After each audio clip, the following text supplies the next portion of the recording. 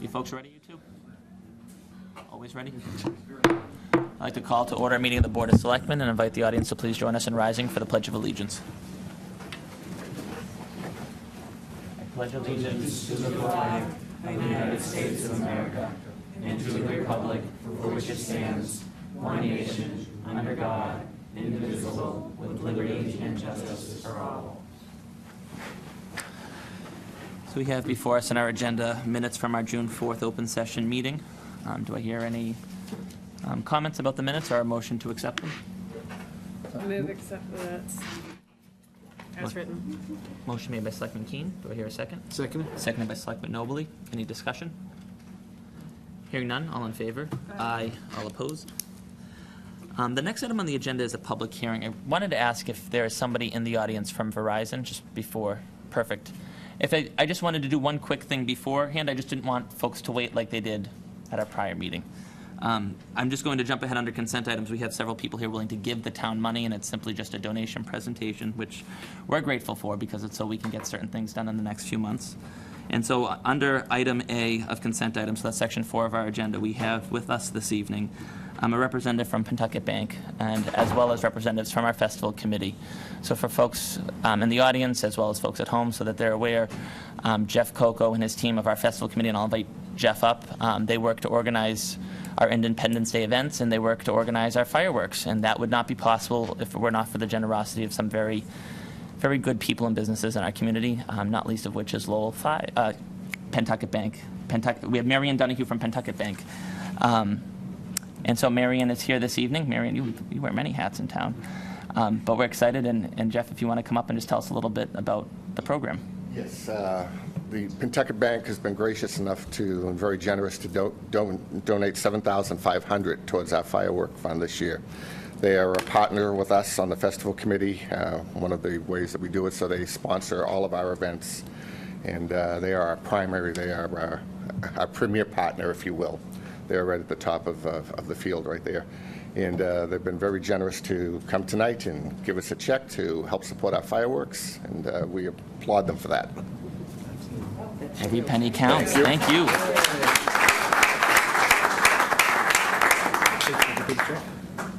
If you want. You got to give them the big check. Now, Jeff, do you have anybody else from the festival committee here that would want to stand with you? Yeah, Todd, you want to? If there are any festival committee members that would like to stand with Jeff? One's taking a picture for us. Oh, get in. Get in. Picture and send it to you. There you go. So why don't you get in there too? That's up. You got it. All right, one more. We'll get Phil in there at the chair. This is awesome. Everybody's going to lower the check just a little bit. There we go. All right, one more. All right, perfect. Jeff, look this way. There you go. There you go. Good job. Oh, okay. Thank you very much. That's an amazing donation. Thank you, yes. Thank you, Jack. I have to say Literally and figuratively. And so it's important, an important note. I have to say the Pentucket Bank not only helps the festival committee, but also is very invested in so many other ways. Marion's on the North Andover Women's Club and donates to our scholarship, our programs for veterans, our programs for seniors. I can just go on and on and on. They are, a wonderful corporate partner, and Marion is always there as their representative and working the event. So thank you very much. They're right over by the Butcher Boy Plaza. So thank you very much. Thank you all for your time. Thank you. So for people watching, it's a reminder that everything happening for the 4th of July celebration on Sunday the 1st, that's done by volunteers. That is a volunteer committee, and so if anybody's interested in joining those great volunteers, please contact the Board of Selectmen to join the festival committee. Thank you, guys. Thank you, Todd, Jeff, Judy. We do have a handful of other donations under item B. I don't know if there's anybody here in the audience from either Jackson Lumber, Trombley Brothers, Al McGregor, MP Roberts Insurance, or St. Michael's Church. Excuse me, Mr. Chair, I think we need a motion to accept that last donation. Did we do that already? Did I miss that? I hope so. They're leaving. No, we didn't do it already. That's a good call. We were so eager to get the photo. Do I hear a motion to accept the donation from Pentucket Bank? Mr. Chair, I make a motion that we accept the donation of $7,500 from the Pentucket Bank for the 4th of July fireworks. Second. Motion made by Selectman Valencourt, seconded by Selectman Smedili. Do I hear a discussion? Hearing none, all in favor? Aye. All opposed? Thank you again, Pentucket and Jeff. So again, the next item on the agenda are 5 other donations before we move back to the correct order of things. Do we have anybody in here this evening from any of those 5 generous groups? Hearing none, I would entertain a motion to accept them in bulk. Mr. Chair, I'll make a motion to accept following donations for the shows on the Common. $100 from Jackson Lumber and Millwork, $100 from Trombley Brothers, $50 from Al McGregor Fence, $100 from MP Roberts Insurance, and $500 from St. Michael's Church. I'll second that. Motion made by Selectman Valencourt, seconded by Selectman Spadili. Any discussion? Hearing none, all I in do thank all of them for their generous That's- donations.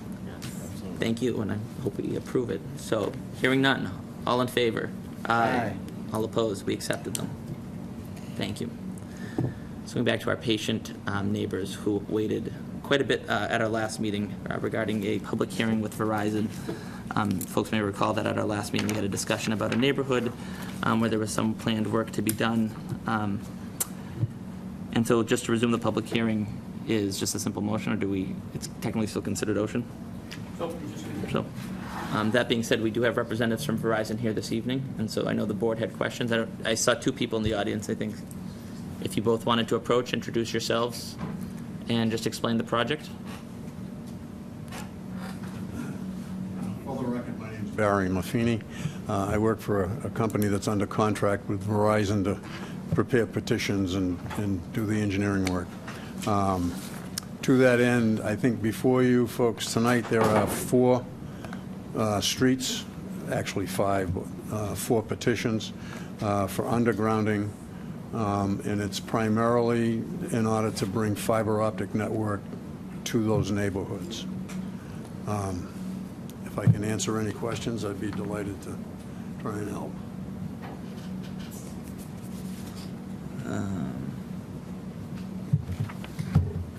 Well, let's start up by, when's work expected to take place? I really have no idea. It depends on workloads, availability of contractors. Can you ballpark it? Well, I would assume this summer or early fall. It's a big park. Even before that, the petition, or the material we have before us says there's 7 petitions, and you mentioned 5. Are you only talking about a subset of these? I was only given 4 documents. I suspect there are 2 more, because I got some, But why There don't are you, 7 written listed. yeah, why don't you let us know which ones you have, and then we Okay. can figure out which ones are missing. we can do that. I have one for Highwood Way. Yep. I have one for Village Way. I have one for Cranberry Lane. And I have one for Fuller and Fuller Meadow Road. I am certain that the petition for Highwood Way should be accompanied by one for, what is that? Meadowview Road. But I just don't have that particular document in front of me, but I did visit that site. Hopefully I can answer any questions that the board or the neighborhoods may have.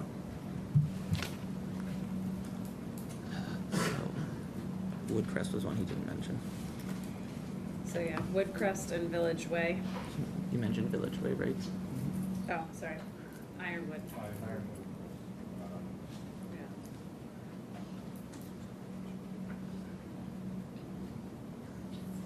So this particular project is one where you would be drilling under people's driveways, am I mistaken? Driveways will have to be crossed. I don't know if the town has a specific methodology that they require, then that's what the contractors will have to do. So you mean you could end up ripping up the driveway or drilling under, just depending what the town directs you to do? The typical approach would be to cut a driveway, install the ductwork, and then repave it. Most towns have some methodology that they either recommend or require in order to do that. And if they go one step beyond that, be it drilling or any other methodology, then that's what they'd be required to do. Well, that begs the question, are we not doing something that other communities that are doing that would be beneficial to our residents? I can't get the words out, sorry.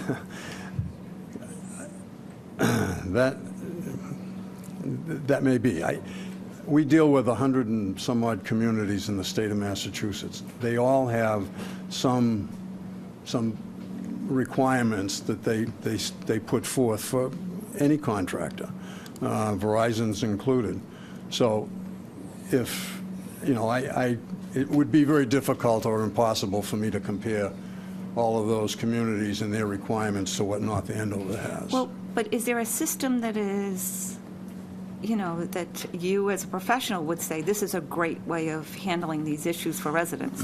Can you recommend a system? It would be difficult for me to do that. A lot of the work that we do is on sandy Cape Cod, drilling under a driveway or a road. Totally different, yeah. Is pretty easy. You get into communities, and I suspect North Andover might be one of them, where there's a lot of granite and ledge and that kind of thing. Sometimes it's just cost prohibitive, or it creates a situation where the device pops up out of the ground and you got to open cut, anyway. So it. But I have to ask a similar question. It seems if you're coming here asking for our approval to do some work, you would have a proposal as to how you want to do the work. I refer the board to the actual orders that are in the package. Those include specific instructions. In addition, that would ask in any motion include the requirement of a street opening permit issued by Public Works. So any additional conditions that the neighbors may want could be included. But if you notice, for instance, the top one I happen to be looking at, which is Meadowview Road, it very specifically says it needs to trench underneath the aprons of the driveways. So some of those conditions are contained specifically within these documents. I did read that, but I guess I was expecting the presenter to say, Yes. Here's what we want to do. For this one, we want to drill under for this reason. For this one, we don't want to drill under for this reason, or whatever. Well, but we also have another expert in the room with head of our DPW, and, And those are what's contained in the document today. I mean, it's two different points, right? not really, because I think we're here to advocate for the citizens. And we're not, so we're not adversaries in this. My frustration, and I think shared by everybody, is someone shows up to a meeting, they don't have all the petitions with them, and as Ms. Keene identified, they should be outlining this specific work. Our Public Works and our staff has reviewed this, they've placed conditions on there.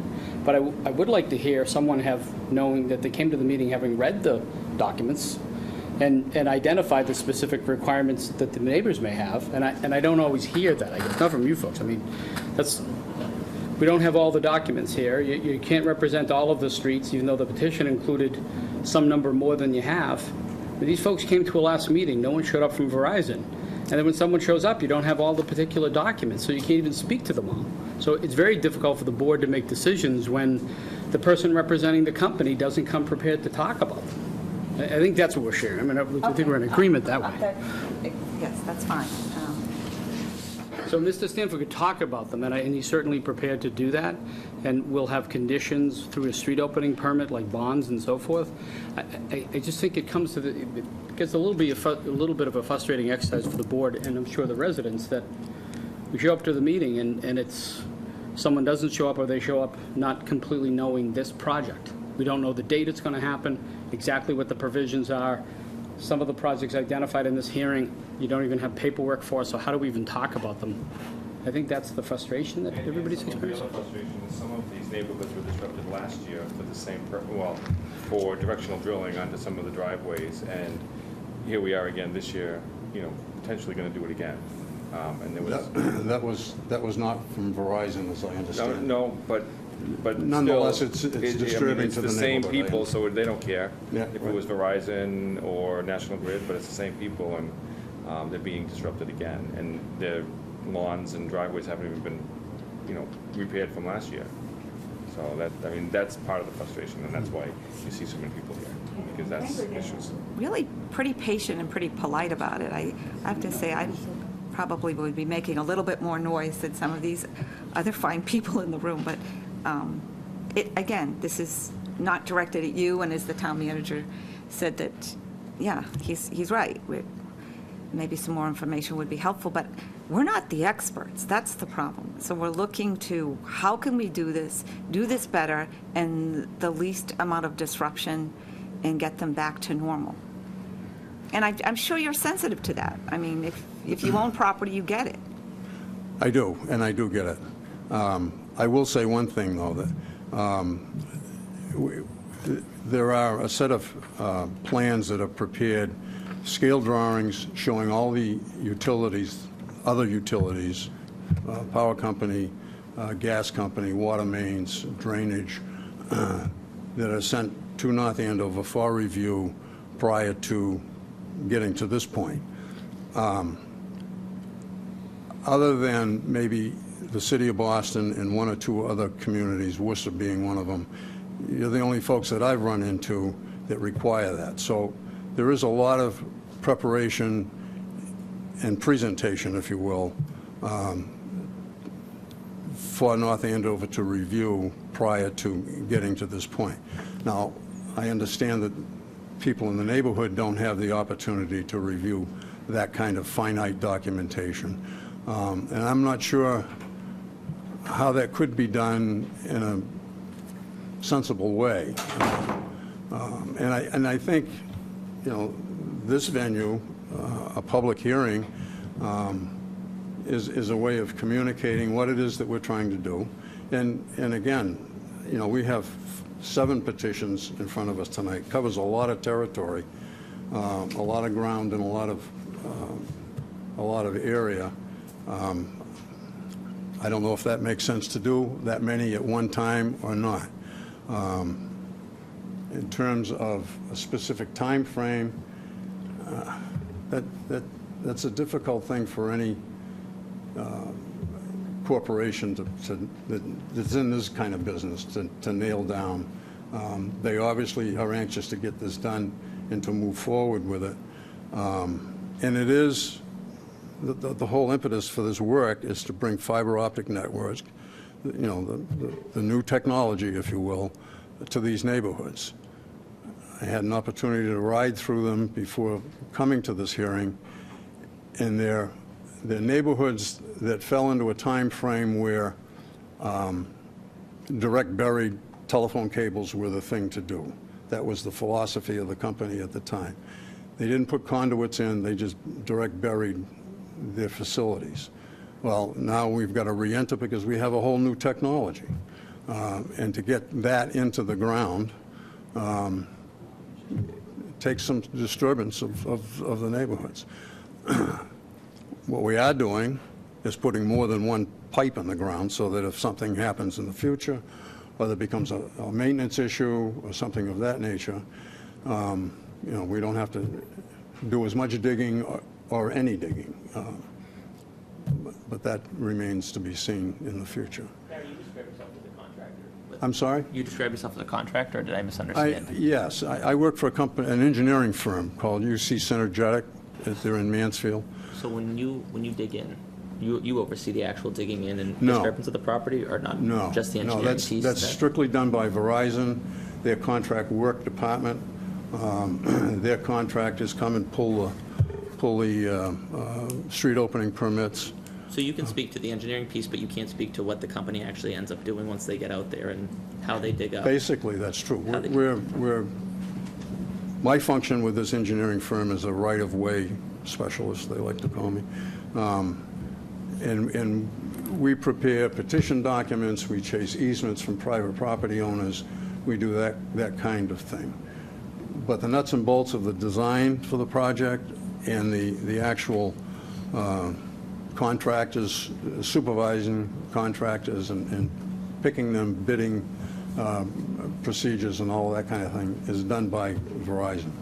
So one of the big, and it's a public hearing, so we'll have the opportunity to hear from anybody from the public too as well, and I think it'll be helpful for you to hear straight from the horse's mouth. But for us, Sure. what we heard last week, 2 weeks ago, was, and I'll be corrected later if I'm wrong, not just the concern about the disturbance to the property, but the fact that after it's going to be disturbed, Verizon will leave and not put everything back the way it should be, or not repair it the way that they would expect it to be repaired.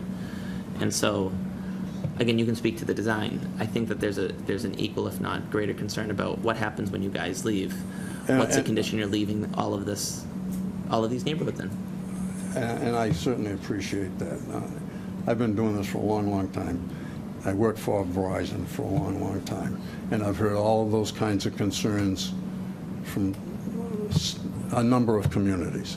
And the best thing that can happen after the fact, and it's too bad it has to be after the fact, but there's always conditions that are really beyond people's control. I mean, if you're trying to put down lumen seed in August, it's not going to work. But if there's an issue somewhere down the road, I'm sure you have contact names with Verizon. There's a person on this contact on this face sheet that comes with these petitions that can be contacted. She works for Verizon. And if there's issues, they should be corrected. And Verizon has a pretty decent reputation for stepping up to the plate and fixing things that aren't right, whether it's a patch in the road or, a bush that's died. Excuse me. They do it. Well, I think that we have some people in the audience who have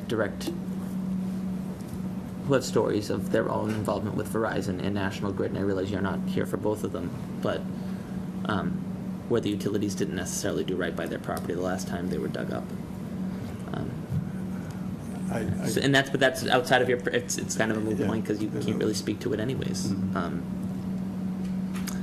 Well, there is another representative. Are you here for this same petition, or are you here for the other petition? You're here for the other petition. Stanton Way. Okay. So we're not there yet. But thank you. Well, I would open up. I mean, Barry, if you wanted to take a seat, I would open up to any residents who had questions from these. Well, you don't have to be from this roadway to have questions, but I know that we had some people here that spoke last time. Certainly doesn't hurt for this gentleman to hear the complaints again.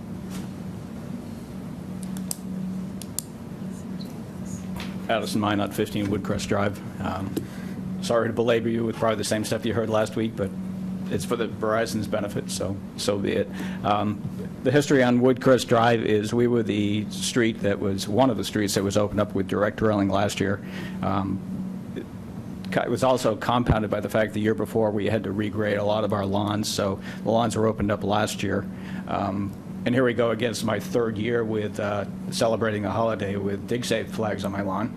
It's very colorful, but you can't mow your lawn unless I dig up the work that, take away the work that dig safe did. But that's the frustrating history. It's incidental stuff, but that's what we're dealing with on Woodcrest Drive. If you truly did a quick look driving up down Woodcrest Drive to see what was going on, and you would have seen that I had a custom driveway that can't easily be replaced. That's going to be one of the requests on a homeowner part, that something is done there. The nearest contractor I could find to do my driveway is somewhere south of Boston, so I'm not readily going to sit by and let you dig up my driveway. I went through the underground digging, the whole process last year, and it was a very large mess, due mostly to the fact that they can't find the utilities in my street, and they eventually found them. So there's also a deficit there when it comes to trying to do the directional drilling. I understand that's a complication. Nobody has an easy answer. But the biggest, I think, issue on Woodcrest Drive and a lot of these other places is that nothing got put back to begin with. Even after last year, after the directional drilling, we were backfilling, and I'm still backfilling the settling pockets that they dug. They're 7 or 8 foot deep holes, and they're still settling, and I'm backfilling them every month or so. I'll go around and fill in the holes and seed them again. And I did notice at the top of my hill, we have a couple of new lawn ornaments, the 3 foot by 8 foot containers they put in the ground after they did the directional drilling. Because we are on a steep grade, that's now washing away, so I have a 6 or 8 inch gully on either side of that new lawn ornament. There's no grass growing up there. It's on my property line and next to my next door neighbor, but it's just an accumulation of stuff that's been going on. So you're probably going to get a lot of requests from Woodcrest Drive to make sure this stuff is put back together very carefully. If you went by our corner of our lawns today and use that as your grade level at which to bring it back to, we'd tell you, no, that's not acceptable. We expect something a little bit better than that. Our only history with Verizon was last year when they did the directional drilling on my property. They broke the phone cable for Verizon underneath the ground. So the good news is the contractor for National Grid came in and did a great job. He was very attentive, planted the seed, and it was actually coming up a week later.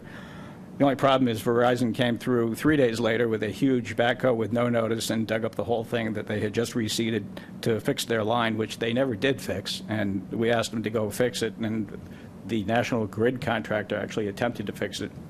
And we said, well, what happened to Verizon? They dug it up. And his response was, now, admittedly, he's probably biased, said that, well, this is what Verizon does. That's my only, it's a third-person comment on Verizon, but that's the history we're dealing with.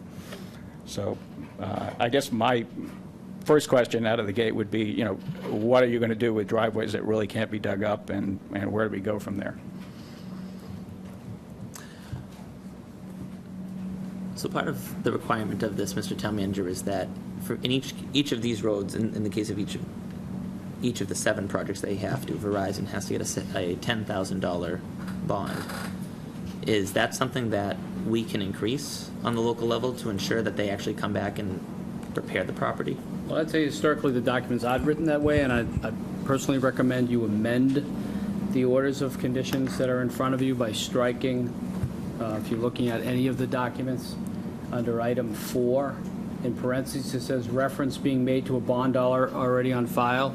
I'd actually recommend you strike that, requiring a bond on each project, as opposed to an annual bond of $10,000 in total. If you strike then that there's a bond specific to each roadway. That also reference to the fact that on Woodcrest, Highwood Way, and Meadowview, those specifically as part of conditions require only directional drilling. If you look at the second page of those particular orders of conduit location, the others don't. And part of that is not only the driveway question, but those roadways were redone recently. So if you look at the second page of those orders, it's very specific that no trenches will be allowed on those roads. But given the particular concerns of what's happening in terms of directional drilling, again, that would be my point, to want to make sure that that's not one bond for everything Verizon's doing in town, because, or National Grid for that matter, or anyone else, not specific to Verizon. That one bond on file, given the magnitude of the dollars being expended and the risk to private property, wouldn't seem to be sufficient. So those are recommendations. Am I misunderstanding it? In this particular case, you know, again, I think you're not at the point of making decisions, but several different options. You have 7 in front of you that are on a certain schedule. You could approve some of them and not all of them.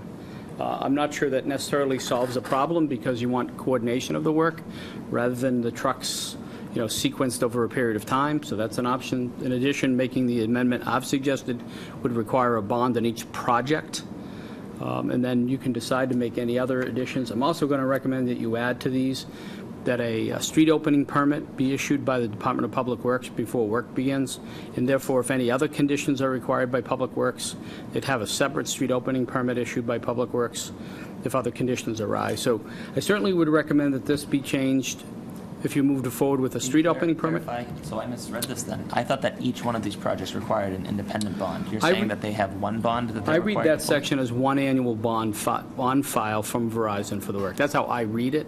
Because it appears That's under not each... uncommon. Utility files a bond, and it satisfies a period of time. Because if you can imagine, if they're doing work in all places, managing bonds can be challenging. But until such time as the board feels comfortable that the work is being done and solutions delivered when there's issues like those identified, I would strike that section to make sure that it is a bond per project. And that's my recommendation. And either way, are we restricted to have it be $10,000 whenever we ask for a bond then? There are some limits on that, and I can't speak to it specifically, but I think $10,000 would be sufficient given the nature of the work we're talking about, especially if you're doing it per project. So again, I would recommend a street opening permit be required from Public Works. So if there are some other conditions that arise during that time, then the internal expert, which Ms. Medaley was being identified, from our engineering staff can add other conditions as necessary. That's not an uncommon practice with many communities. 2, I'd strike that section just to make sure we're delivering on bonds per project.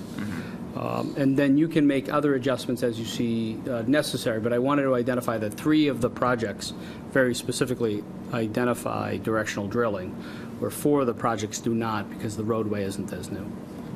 Thank you for patiently waiting. I guess it was helpful, I think, for the audience before they continue to provide input to know that additional information. Hi, Mike McPartlin at 99 Meadowview Road. Probably don't have too much to add here at this point because I don't think he can answer my questions.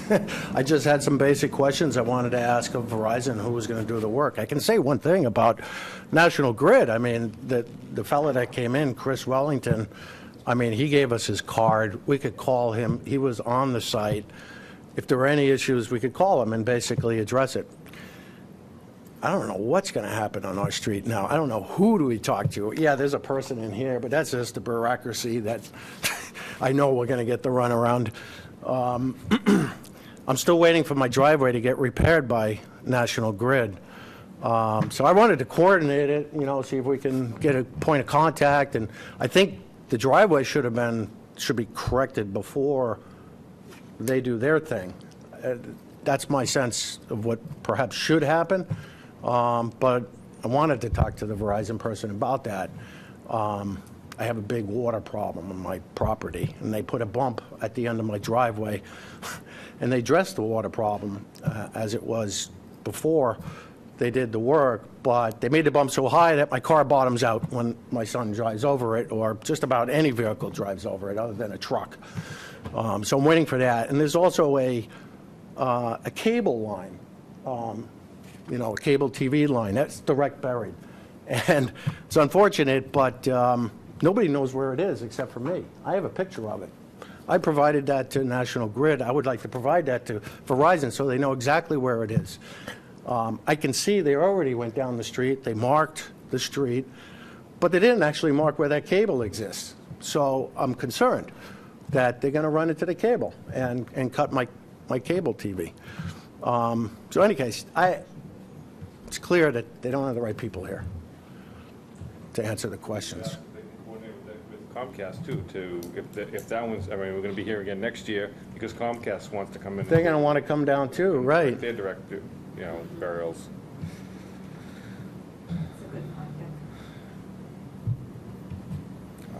Anyway, thank you. Sorry, I didn't mean to interrupt. I think it made sense if in addition for a street opening permit was required, that we can talk with the DPW director to coordinate a community meeting as part of a condition for the street opening permit in advance of the project to make sure that the right project representative is there. I do that through a street opening permit process, because then it's controlled by one of our staff members, and we can make sure that the event happens. With a contact person named for follow-up with, that residents can follow up with. Yeah, I think in those particular cases, typically the person who then goes is the project coordinator, and they would coordinate, and they would also be meeting with either Jim Stanford or John Borghese or someone in their staff, and so there's a connection between our staff member on our side and the folks from whoever the utility is, and they would participate in that community or neighborhood meeting, so they would know who's they're directly dealing with.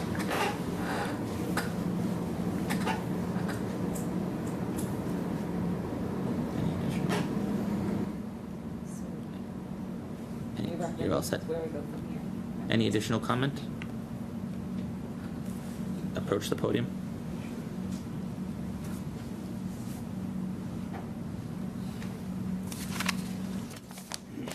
I recognize we don't have the right person here to answer the question, but at what Sir, point... if you don't mind, state Sorry, your name. Jay and address. Lovejoy, 59 Cranberry Lane.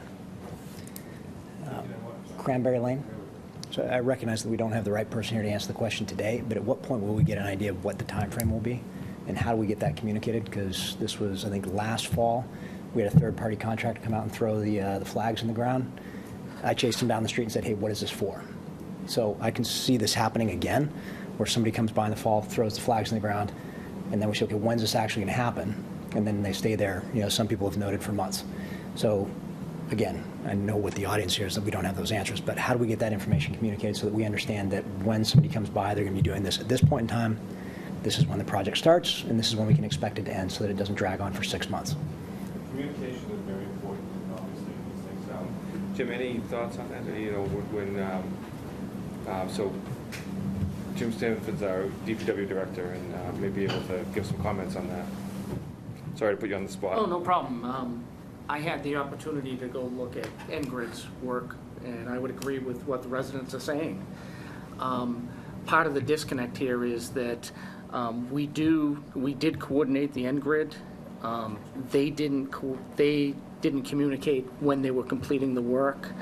But certainly it's within our capabilities, my department, to go and follow up and make sure that the grass is planted correctly and that grass is growing, and especially the driveways. I could speak at length at what other communities done and do to correct some of these. I will tell you that a lot of it is hit or miss based on the representative of the various utility company. You could have a fantastic contractor or superintendent. You have a whole variable of what you actually end up with. I would note the reason we're here tonight for Verizon is that my staff found them digging out in this area without even telling us. So that prompted. One of the things that we do, especially for our projects, is we have a utility meeting. We get varying representation. Again, these are large utilities. We get some better representation on, let's say, the cable company and some of the projects that we have. So we're trying to have utility meetings so that some of the coordination that you heard about today would make sense. Last year when Engrid came in, and a lot of this problem was prompted by Engrid, same thing. They wanted to just start digging because they said that they had electrical grid problems out there. We found out that it was direct buried cable, which is not unusual for the time frame when these subdivisions were put in. That was mentioned. So it comes back to my department. We certainly will do the oversight. We don't have the staff to do daily inspections, but I will tell you we were out there a fair amount of the time with Engrid last year. Again, it was the closeout. As far as the coordination, you mentioned a resident meeting. Those are fantastic ideas.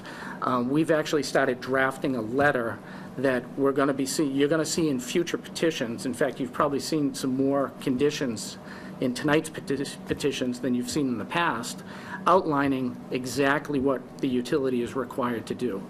We've been doing that with the gas company over on Mass Ave. Again, a few bumps in the road in that they sent it to their customers, not necessarily everyone that we asked them to. So we're trying to work those out. We probably have more utility work in this town now than we've had in the past. But again, so will fall to my department, and I think we can do a much better job. As far as the driveways and the directional drilling, I would agree with the Verizon rep that said that when you have ledge, you do run into problems. I will tell you in other communities we've mandated, and I think you've seen that on the conditions here tonight, to do directional drilling. That's not a guarantee that the driveway won't come back and have to be ripped up. A lot of times they lose the directional head as they're drilling, they hit ledge. But there's a pretty basic standard. And the standard on all of these, including all the street opening permits moving forward, is restore to pre-construction conditions. Now, that's something that my department will have to oversee. It is a common argument that we have with utility companies, because they'll point and say, well, things like sprinklers, things that residents always look at the right-of-way as an extension of their property. We understand that. They will put some of these landscaping features, and that's when we get into the arguments with the utilities. Whereas technically they're not supposed to be within the right-of-way, but again, we don't go out, we don't map the right-of-way for every property. So it's part of doing business in the town of North Andover, where they have to restore it to pre-construction conditions, and we certainly will fight with the utility to make sure that the residents are made whole. So those are some of the things that we can do, and we certainly will do. I will say I am disappointed that Verizon didn't have more representation here. I can assure you that my staff has been coordinating with them. I could show you the email list. But again, this is what we get, where you heard the representative say, they have so many communities that they each deal with. This is part of our struggle, but again, we're well suited to do it, and we will continue. How far in advance of a project does a street street opening permit typically requested? Street opening permit doesn't take long to turn around, especially once we've been given the information. So if But how far in advance does the I'm going out to Mr. Valencourt's point.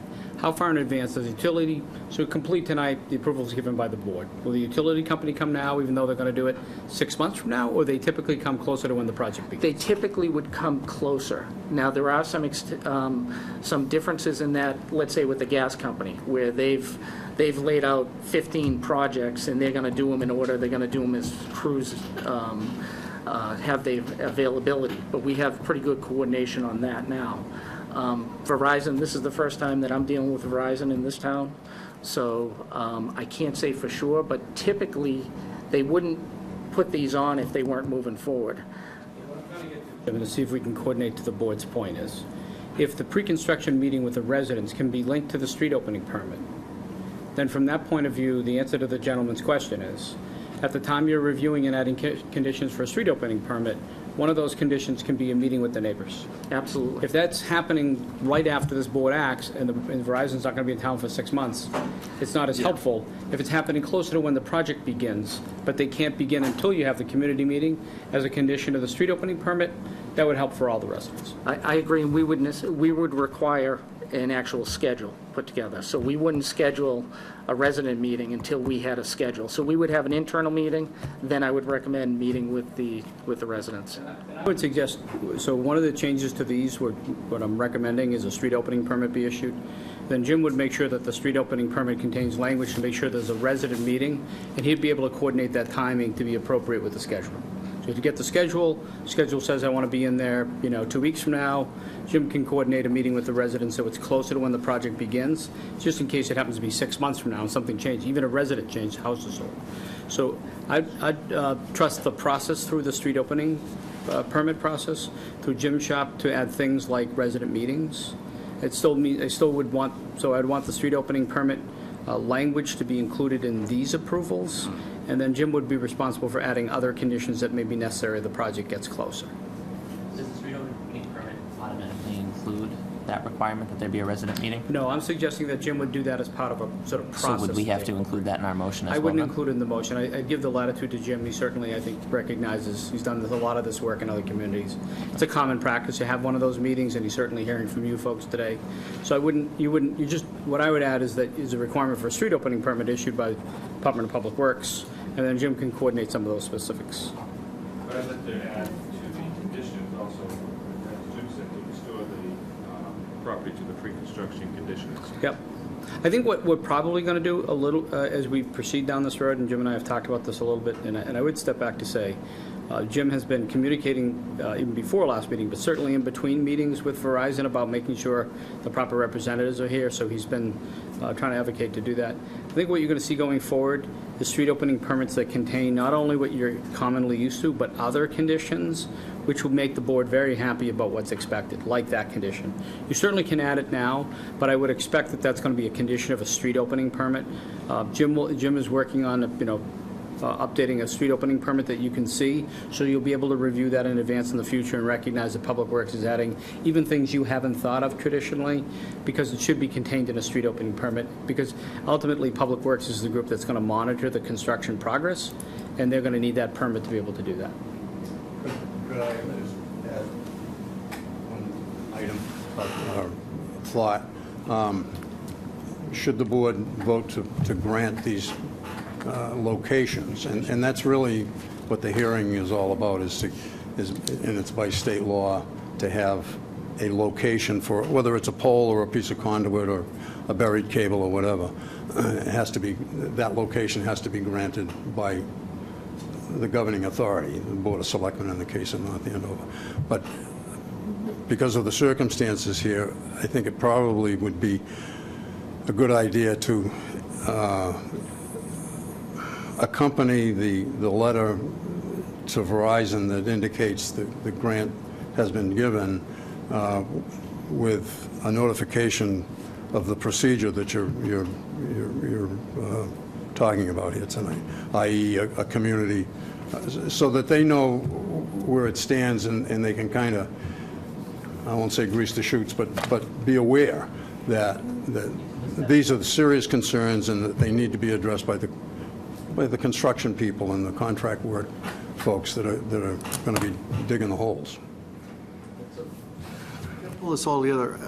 What you're saying, I think, makes a lot of sense. I really like what you're talking about, Jim, but I still don't quite see the piece that for residents, they can easily understand and access. And the picture I have is some sort of a standard format communication that would go out to the residents whenever there's utility work that says, here's the major contact, here's the projected time frame, we will have a meeting, we will have, this is part of the process, and then some link to whatever documents. If, as you say, there's a lot of detailed documents that aren't necessarily here, but if your house is there, you want to see that.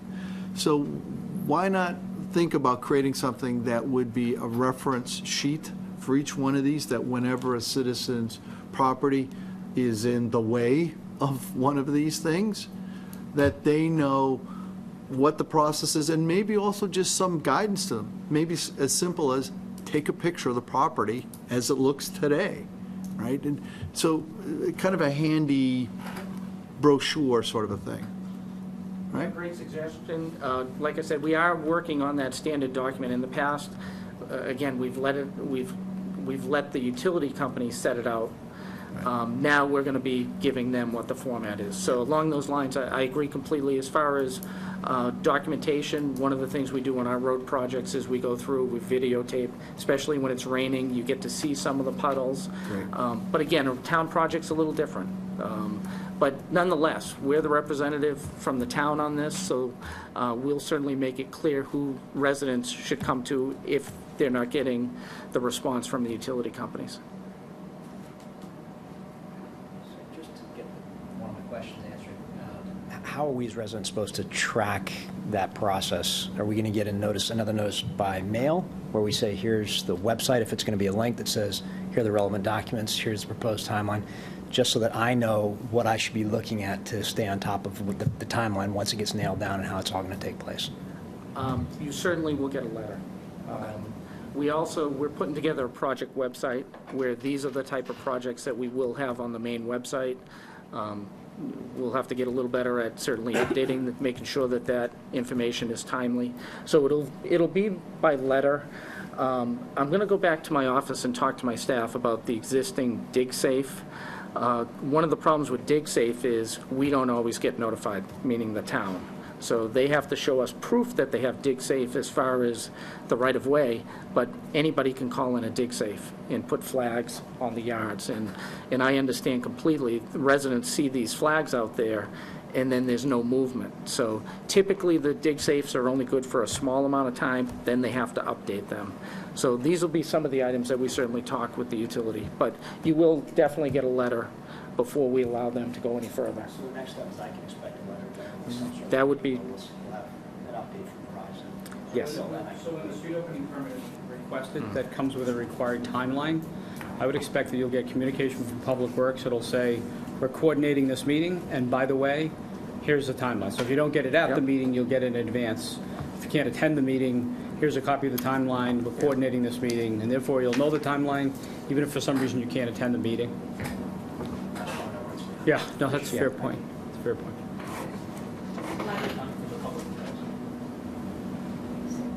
Well, I'm certainly pleased with the direction that you're taking this, Jim, and the town manager, because it just seems like we were just floundering around meeting after meeting. So I think you're putting together something really concrete that people can say, okay, it's here, I see this, I understand this. So I'm pleased, and I hope it is as good as we're proposing it to be.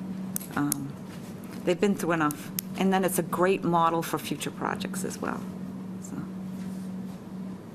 So a suggestion. I would No, go ahead. I would hear a motion to close the public hearing. Did this jump, are you all set? We're going for a different. Okay, sorry. I'll make a motion to close the public hearing. Second? Motion made by Selectman Valencourt, seconded by Selectman Smedili. Any discussion? Hearing none, the public hearing is closed. And of course, now we can have a So what I discussion. would suggest, so you have for each of the 7, an order of conduit location. So a suggestion, but again, these are just suggestions, is one, that an additional condition added to all 7 would be that a street opening permit issued by the Department of Public Works is a requirement under this document. So that would be an addition. We talked about the possible amendment of the language of the bond. Probably the simpler way to do it, because I know Jim is contemplating a bond within a street opening permit, is to indicate that that street opening permit, which you've now added to this, would include a bond, and that street opening permit also issue language which requires that the property be restored to the pre-construction condition. And therefore, it'll actually be not only in this document, but also in the street opening permit. And then what I would expect, to Mr. Nobley's point going forward, at some point we'll get this to our online permitting process. And so the street opening permit with a whole bunch of conditions will actually be something that happens on the front end of things that the utility and the board can see. And you'll see a lot of those things as part of the normal process moving forward. We're a little bit out from that, but I can see this taking place as part of our online permitting process, which is good from a utilities perspective, but also good from the residents' perspective, because you can see the timeline of how things had proceeded, and we can outward face that to residents so they can have public and transparent access to that. That'll be a couple of steps up the road. I would like to see it in the pre-construction condition added to this, so we can actually see it in this. Okay. In this. Yep. No, no. As one of the conditions. Condition. Yeah, okay. Oh, There's I no thought issue. you just did that, yeah. Let's add. And he doesn't want to do that. He wants a separate condition. There's also a note from our conservation I just offered him that. He wants a separate condition. We I agree with you. condition approval on But he's saying no. Verizon submitting a request for determination to the conservation department. Discuss that. Well, I think so they need to make sure that they're not disturbing conservation land. Exactly. There we go. We have that. As a part of the conditions that they meet with conservation to ensure that there's no disturbances there? Yeah. Is that on each one of them? That's part of the process, but there's no harm in putting it in there, just in case it... Unless we put it in,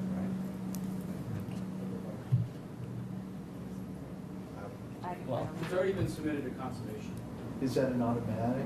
I think it probably is. I think that outside of whatever is required here, it's probably automatic. I know that they are doing it, but it doesn't hurt to add the condition, but I know it's been submitted.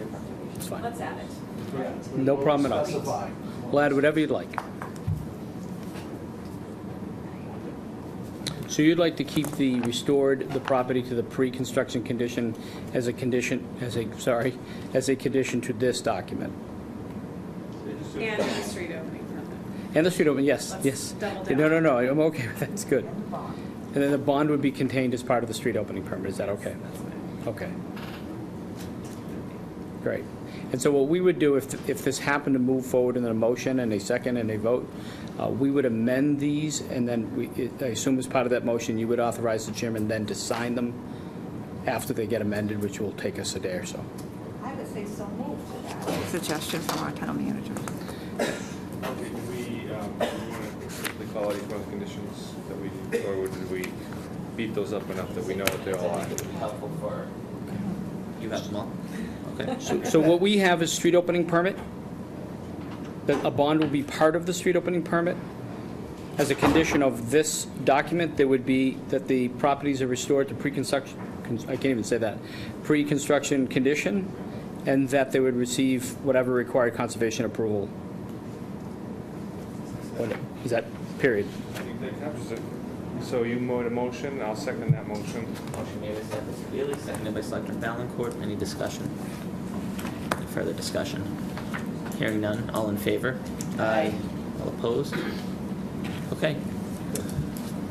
Hopefully they don't do a poor job. So the next item on the agenda is we have National Grid and Verizon New England joint poll petition at 161 Main Street. We would have to have a public hearing on that particular piece of or that particular proposal. And so I would entertain a motion to open a public hearing. Mr. Chairman, Mr. Chairman, I move that we open up the hearing for National Grid and Verizon joint poll petition at 161 Main Street. Motion made by Selectman Nobley, Second that motion. seconded by Selectman Valencourt. Any discussion? Hearing none, we are in a public hearing, and so, all in favor? Aye. Yeah. So, that being said, is there anybody in the audience here to speak to the poll petition at 161? Did we just say, that's what you just said, aye? We're just joking, yeah. So, if you wouldn't mind giving your name. Joe Antilli, National Grid Electric. Anybody has any questions about the job? Can you give us a high-level overview of the project for the at-home audience? So we all know what's Well, basically what happens is it's actually right down the street is 159 Main Street is being used as a pole for 161 Main Street, which is landlocked. So their house is being used to service the rear house. In lieu of a poll? Yeah, because it's 160 feet, so we can't reach it without a pole. So we're asking to have a pole installed so we could take the service off of 159 Main Street and service 161. Their house shouldn't be used as a pole for somebody else's house. And if you look at the property, it's landlocked totally. It is. And there's no way to run a 160-foot service without having it 10 feet off the ground for someone to reach up. So we desperately need a pole Where here. would be the physical location of the pole? On To the Main- left of the driveway, yes, To the left of the driveway at 161? if you look at it, correct, So on Main Street, though, would be on Main Street. That's Sullivan and Sharon's right there. It's in between the banks. Yes, No, in between 159 and, or where the pole would be, where that gentleman's driveway, who owns 159, because they just sold 159. they just sold 159 and they don't want to be servicing 161. I don't blame them. And it's hard to blame them. So, you know, old owners, that's one thing, but when people move, issues like this come up.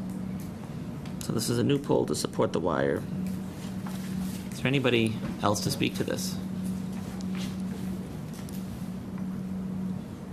I mean, this seems pretty cut and dry. Any other questions for Mr. Tully? Do I hear a motion to close the public hearing? Do I hear a second? A second? So motion made by Selectman Spadili, seconded by Selectman Valencourt. All in favor of closing the public hearing, say aye. Aye. All opposed? Any opposed? So we're closed. So discussion on this particular poll. Again, it seems, I would say, pretty cut and dry. Yeah, it's going to be a standalone pole, right? No Standalone supporting pole, structures or anything like that? It's yeah. just going to be, okay. How long will it take to get this installed? Do we know what the window is? Probably about 3 weeks. Okay. We schedule basically 3 weeks. So what will happen now, once I get approval, it will get lifted tomorrow on the computer system. The scheduler will put it on. We'll go to overhead department. The overhead department will call DigSafe. DigSafe needs 3 business days to get in, and we'll take that into consideration. And we're usually 3 weeks out. So everything we schedule is basically 3 weeks out, except for services. Since this is a pole, if it was just a house to an existing pole, it would be within a week, within 7 business days. But it's a pole, so we have to get the pole, we have to install it, DigSafe it, and so on. But 3 weeks. So when I said standalone, are there going to be guard wires, or is it just going to be literally a pole that's going to stand on its own? It's only calling for a pole. A pole, okay. And it's gonna go, because it's, I believe because it's going straight through, they're not gonna guy it. Yeah, And okay. it's only a service wire that's going through, there's nothing else.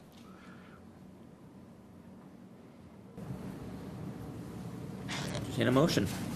Move that the Board of Selectmen approve the joint poll petition from National Grid and Verizon New England, petition 25872969 for 161 Main Street as presented. I'll second that. Motion made by Selectman Nobley, seconded by Selectman Valencourt. Any discussion? Hearing none. All in favor? Aye. All opposed? Any opposed? Thank you, have a nice night. Thank you. And so the final item on the agenda this evening regarding polls is we have Verizon New England petition on Stanton Way. I would entertain a motion to open the public hearing. Move that we open the public hearing for the petition in Stanton Way. Motion made by Selectman Nobley. Second. Seconded by Selectman Keen to open the public hearing. All in favor? Aye. Any opposed? We are in a public hearing.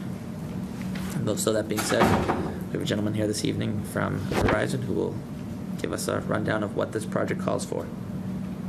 Thank you, Mr. Chairman. For the record, my name is Everett Bryan, rights-of-way engineer with Engineering and Data Solutions, representing Verizon New England at 125 High Street in Boston. Our petition this evening is for Stanton Way, formerly Syracuse Way, and it's been accepted as a public way. So we're petitioning for a grant of location for existing conduit that is in the ground now, so that we can occupy that conduit with our cable to provide service to 9 homes in that subdivision. So I'm in contact with one of the property owners requesting the service now, and we'll be securing permission from him to place our cable down his driveway to where the pedestal will be to serve his home. And the other two buildings on that particular driveway. And that's where we'll be approaching it once we get a grant of location from this board. Existing conduit, so you don't have to do any drilling or anything like that. You're just Right. pulling wire through existing Right, conduit. right. Cool.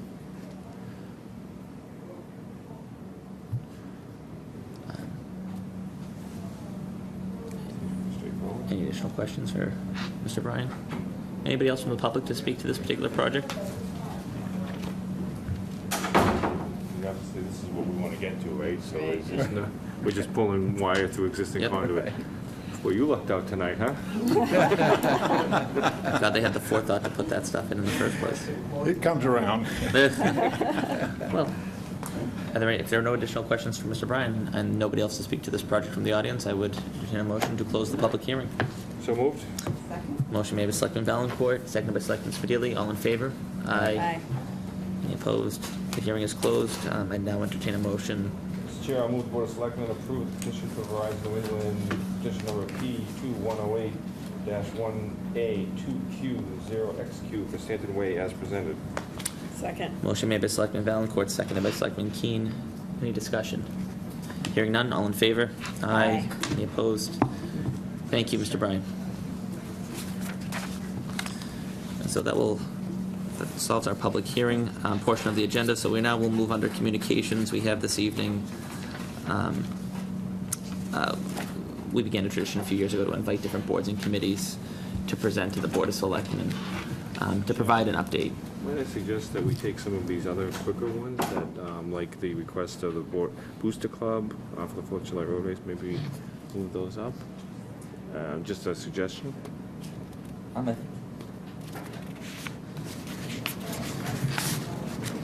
should be easy.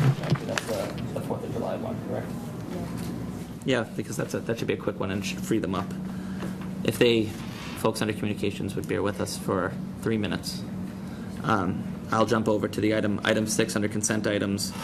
Item D, request of Sean Daly, President of the North Andover Booster Club, to hold the annual 4th of July road race on July 4th, 2018, which in fact it should, I believe, say, am I mistaken?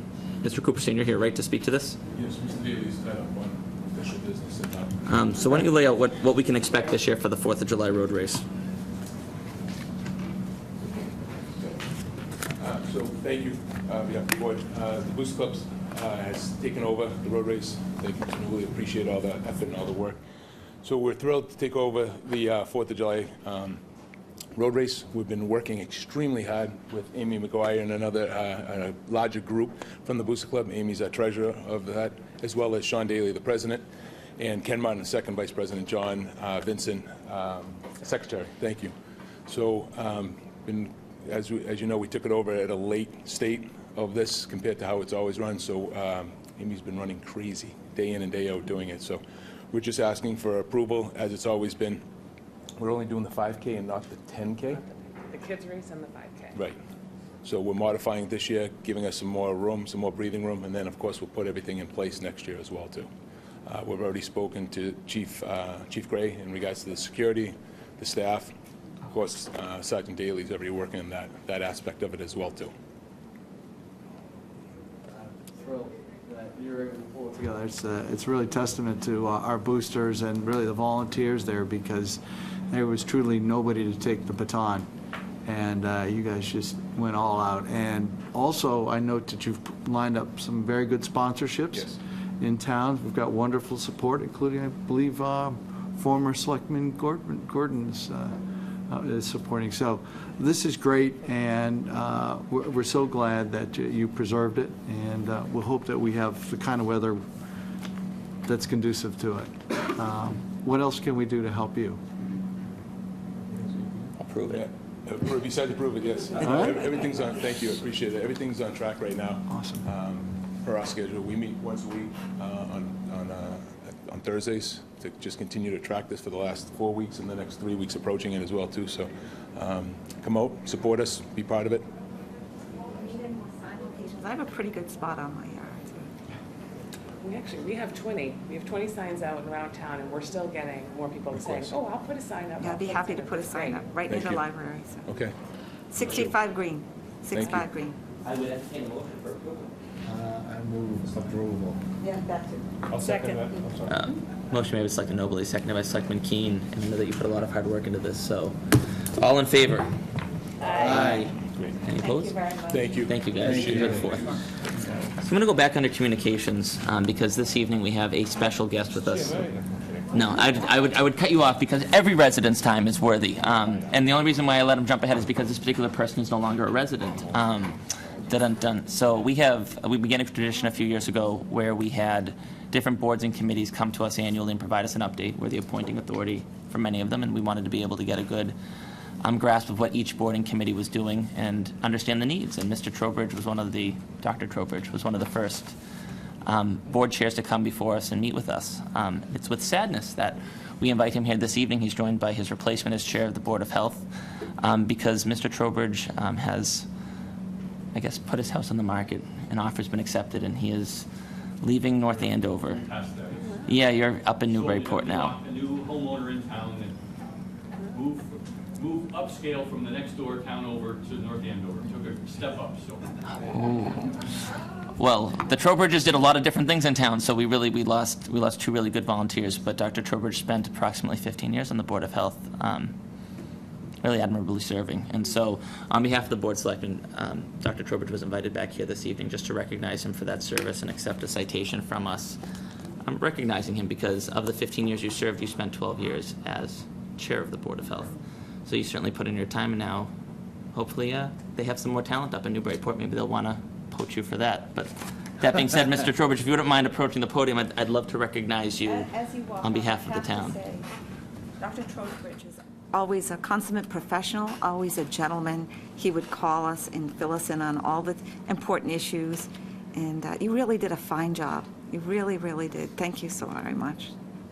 Well, all good things do come to an end, but I really have to say that I've served the Board of Health for 15 years, and I never imagined that when I was appointed by Town Manager Reese at the time that I would learn everything that I did, or that I could ever make that contribution that I did. But I think really serving on a board like this, I learned a lot more about municipalities and government than I ever gave back. So, but I think all along I just really tried to work hard to get back to the betterment of North Andover, because I grew up a family here, and even though my kids have scattered and gone on to college, we're only leaving North Andover because of downsizing. So I hope I'm leaving it a better place and leaving it with a quite able and capable replacement as the chairman. Over many years, I've thought back a lot, and when I came in, we step in a lot of things we do. We step on the shoulders of some giants, and I was lucky enough to be able to do that. Some of you know Gaten Osgood, who was really, truly a patriarch of this town, I think. And Dr. McMillan Sr., he still participates with us a little bit. And I didn't really get to know Mr. Osgood very well, but I've gotten to know Dr. McMillan a little bit, and they were really true contributors and good role models for us. So, again, thank you for the opportunity to serve you for so long. And to work with us. And so I would gladly like to recognize you. On behalf of the entire board and our community, you already said much of this, but Dr. Trowbridge, for your dedicated service to the town of North Andover as a member of the Board of Health for 15 years and serving as chairman for 12 of those years. Thank you on behalf of the town and its residents for your outstanding contributions to the town of North Andover. It was fun having you. Thank you very much.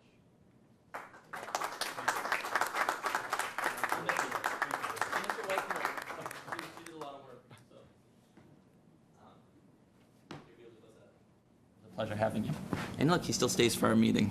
That being said, so we do have a Board of Health actual update from the replacement for Dr. Trowbridge, Larry Fixler. That's, take notes for Newburyport. You may absolutely approach, Mr. Fixler. I can't top what everyone just said. Good evening. My name's Larry Fixler, current chairman of the Board of Health. Very proud to be here as chairman. I'm here to give an update and a perspective on the health department and the board itself, and what we look forward to doing as a department and a board in fiscal 2019. Just a little definition.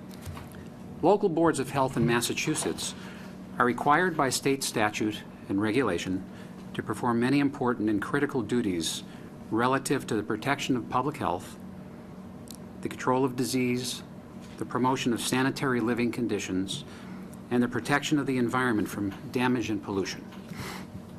Some recap highlights from 2017 and 2018. We maintain and increase inspections of permit holders. The department did a service safe program recently was offered to the town staff and the food permit holders. Brian LaGrasse just did that actually about a week ago. We now have a new chairman, myself, elected as of last June. We now have a new board member, Michelle Davis, who sits on the board currently. We began a complete revision of the body art and tattoo regulations. A lot is going on in that area, and it's an undaunting procedure, so that's what we're doing now currently. We've done a major inspection program of Royal Crest to maintain code. We have a professional guest speaker series during Board of Health meetings and at the library and the senior center, and topics we have had include discussions on opioids, addiction, ticks, the water treatment plant, trash to energy plant, so the public can understand it and the residents can have a better idea of what's going on with that. Mosquito control, very, very important. Septic systems.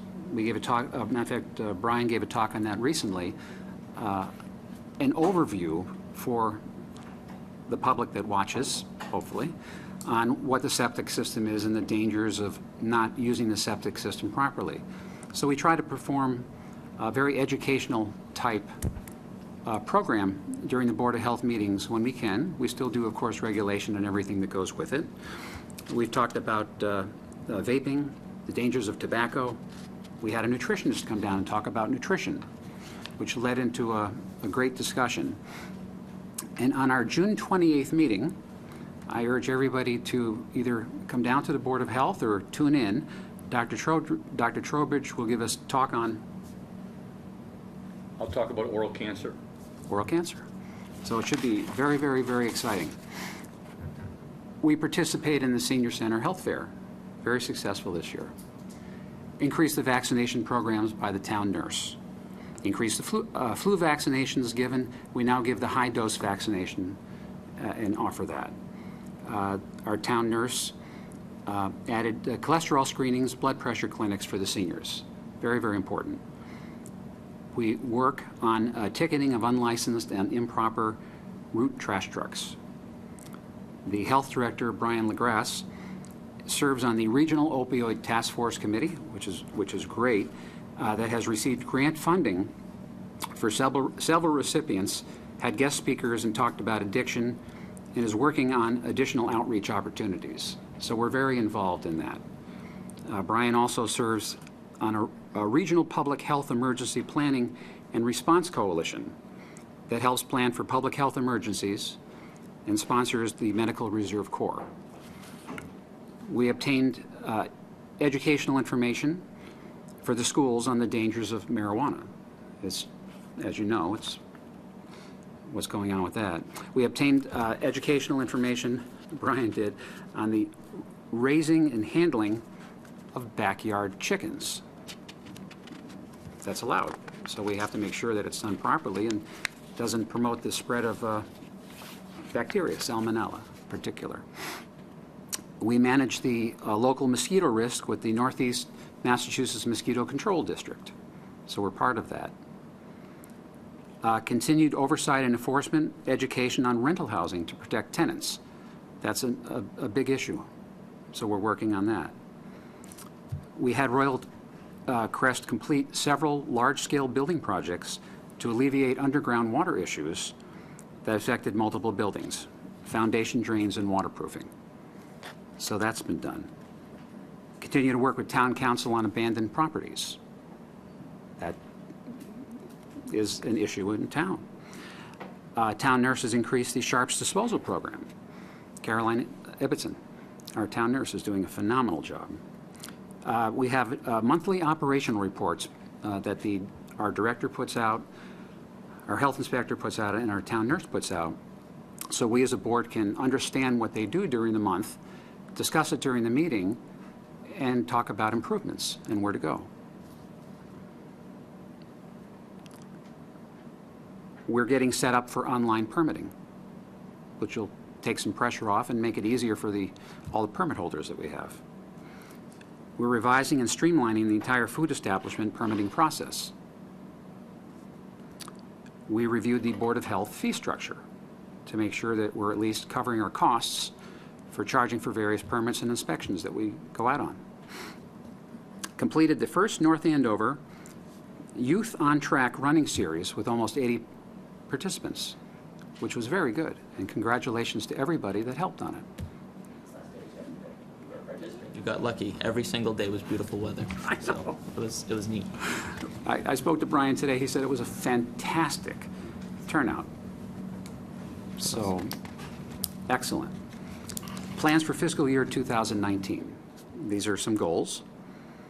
Complete the the tattoo body art regulations. Continue with the educational speaker series. Again, our goal is to do more educating and informing of the public to help reduce or prevent some public health issues in general. So we're getting very much into educational materials, as I currently mentioned. Using social media to help promote the health department speaker series and teaching information. It seems to be working, getting people to view the meetings. And if you want to be part of the discussion, you come in. It's more of a discussion that we have. If you want to watch it, you can watch it on North Andover CAM and go to the government area. Another area we'd like to get involved, the health department involved at the school level for educational purposes. I think that we can play an important part in getting into the schools as a public health department. Why not? That's what we're here for. Increase the vaccination program and offer shingles vaccine, and the new pneumonia vaccine is now available. So we're expanding that area. Identify doggy stations to install in town. We all know what those are, and we all know why. It's really, it's a problem. And I'm not going to go into it. Include public health information, which we started to do in the quarterly newsletter and with the tax bills. Get the word out. Teach people. People like to read about what they can do to maybe better themselves and better the community. So that's what we're here for. Become more involved in emergency operations and communications Brian is going to be putting courses together, N700. I don't remember the name of them. A long time ago we took them, but these are communication operational courses for emergencies and disasters. We're going to be hoping to... Coordinated through FEMA. They have Is that levels what of it's- yeah. courses of emergency preparedness. In the past, we've done it with various town departments. It's a requirement for most people in any kind of capacity. Two, I think one's the 100 level course and the 700 level course on incident command. Incident. Yes, ICS. Thank you. Thank you. Our goal is to put together a rental housing checklist program to maintain safe, sanitary rental protections for the owner and the renters. Updated and continue to review the tobacco regulations. Tobacco changes, vaping, very, very, very important. Continue to offer the Serve Safe program to permit holders. Inspect, enforce, and maintain the highest public health standards in North Andover. Maintain standards for the very successful farmers market in town that Chairman DeCalagero helped originate and put together. As far as the public health in our area, it's been run beautifully. Thank you. Very, very, very nice. And Brian's, everything is right on target as far as the inspections, and it's worked out very, very well. For what it's worth, the feedback from vendors about working with our department, including Tony and Brian, is always impeccable. We have one in the room, in fact, right now, and they do a lot of hand-holding, both with those vendors, but also with our businesses in general. The feedback actually universally from our businesses is, it's remarkable, actually, the way the tone has changed in the past few years. So Good, good. I'm glad to hear it. Thank you. We also look forward to working with the new community services outreach professional the town will be utilizing.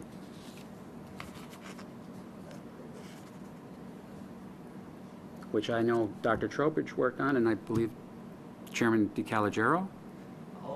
All of you did, okay. The cooperative project. Cooperative project. Very, very good.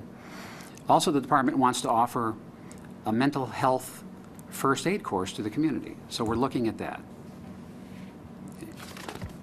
And that is our goals and our update for North Andover from the Board of Health. Well, let me just say, it's an amazing set of accomplishments that you just went through, and then a very impressive set of goals that you're working towards for 2019. So thank you. I mean, you guys must be very busy getting through all of that. That is certainly a very impressive list. Thank I agree. My only request would be, let's hear from you more than once a year, because I would love to be helping to spread the word about these great things and market them to the community and make sure people are aware and need to know they're happening. No, I mean, I agree. Brian and I and the board and the crew and the health department have been working to try to promote our speaker series, the job that Caroline, our health nurse, the town nurse, is doing at the library and the senior center. It's really remarkable. So we're trying to get the word out so people know, and the easiest way is to tune in on television. Not everybody can get out, not everybody can come down and have a discussion like we're having now. But it's not me, it's not the board. You know, we're here to give direction, to give our thoughts, and to make sure that it's being accomplished. It's Brian LaGrasse, our director, Caroline Ibbotson, our town nurse, Michelle Grant, our inspector, Tony, our administrative assistant. It's not us, it's them. They put this together under our direction and oversight, and they've been achieving it. They've done an excellent job as far as the board is concerned. And we're all very, very pleased, I have to tell you. To Selectman Keen's point, do you actually feel that it would be helpful coming more regularly than just once a year? I mean, under normal board, I would say it's probably not necessary, but you are so proactive, and I mean that as a compliment. And I think that that's how it should be taken when Selectman Keen said it, as a compliment that you're doing so much. Absolutely, I was only saying I'd love to hear about these things more frequently. Well, I mean, possibly there could be like an addition to ask the town manager's report section, something. I mean, not that it has to be a report, but just if there's any updates from the board of health. I don't know. A lot of this comes out during our meetings too, just FYI. That's why we're trying to get more people to watch. Don't know if there's a way to tell who's watching, you know, how many people are tuned in. But we're trying to get more developed like that through social media. So if people watch the meetings, they're going to be up to date on everything we're doing because we discuss what we need to do and how we need to approach it. So that's why we're doing the social media and Facebook and the Twitter. I don't have a smartphone, so I don't. It is helpful because I know that there are 5 of us up here, and I think we all have very different interests from each other. Yeah. And there have been some things that I know I've attended for you that hit my interests, and I know that there are other things that you're doing that would hit interests of other board members. And so I think it's more about the breadth of the work that you deal with. That, I'm glad you're on social media because I think there are certain pieces that grab certain people's attention. Yeah, we also put it now on the town website when we're having a promotion, a guest speaker. Dr. Trowbridge will be on there. So we have signage at the senior center and wherever else they can signage out.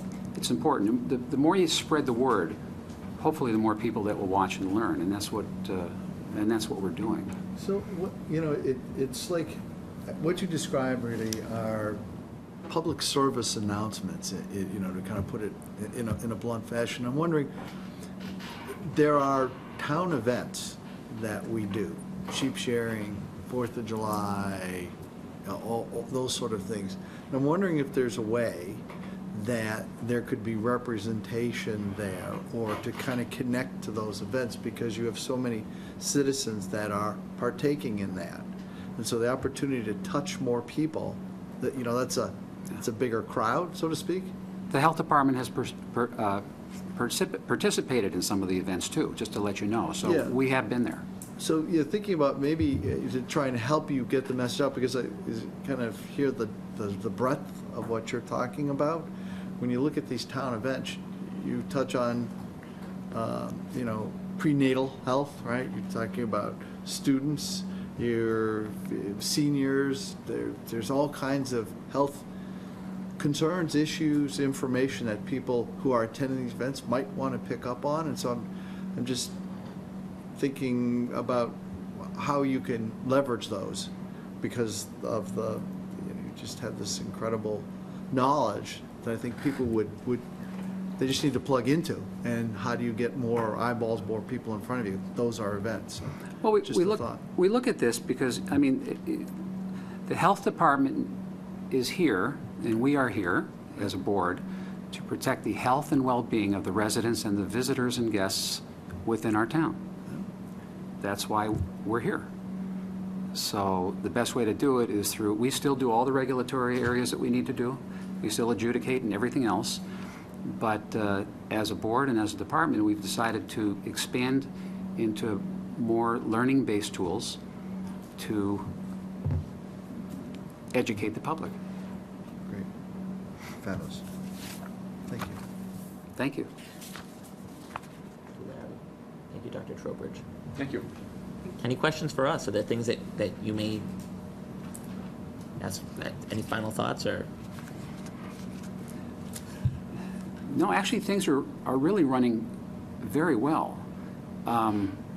We're satisfied with how the department is doing as a board, and I think that's very important. And hopefully you're satisfied with how the board and the department is doing as the governing authority in town. I think making a transition, the thought I would have is that, and Andrew and I have talked very peripherally and very lightly about this, is that for the past 10 years, a big emphasis of the health department was looking at regulations, and when I came in was when the TBI process started, and it sort of laid a very heavy groundwork for my chairmanship and looking at regulations and working through that. And I think for the past 10 or 12 years, the Board of Health, to some degree, represented the long arm of the law in certain things. And now a lot of that has sort of gotten straightened out, so to speak, or sort of smoothed out to contemporary rules. Larry, with Brian, can now work more on education and promotion, as we've seen, again, just using the farmers market as an example, that working together cooperatively, that's a sort of the good next evolution of where the health department can go. And I think my ask would be, when you say the Board of Selectmen would be interested in helping promote this, we have a limited contact to people, so you have a broader contact. So things like that where they can get plugged into events that you can help move forward would be a good thing, because the health department to some degree had a rough reputation for a while, and I think that did get smoothed out. But again, moving into promotion and education, And marketing of health matters is a good next step. So thank you for making that offer. Thank you. And you'll have a good time with that, Larry. More work, more work. Enjoy your evening, gentlemen. So Mr. Koch was next on the agenda. So Paul is the chairman of the Zoning Board of Appeals. He had a family emergency he had to deal with, and so was not able to be here this evening, but sends his apologies. The next item we can skip over to the agenda is the safety enhancements on High Street. I would say, looking at the room, I would just take a poll. Are you here for a board appointment? Raise your hand. Excuse me?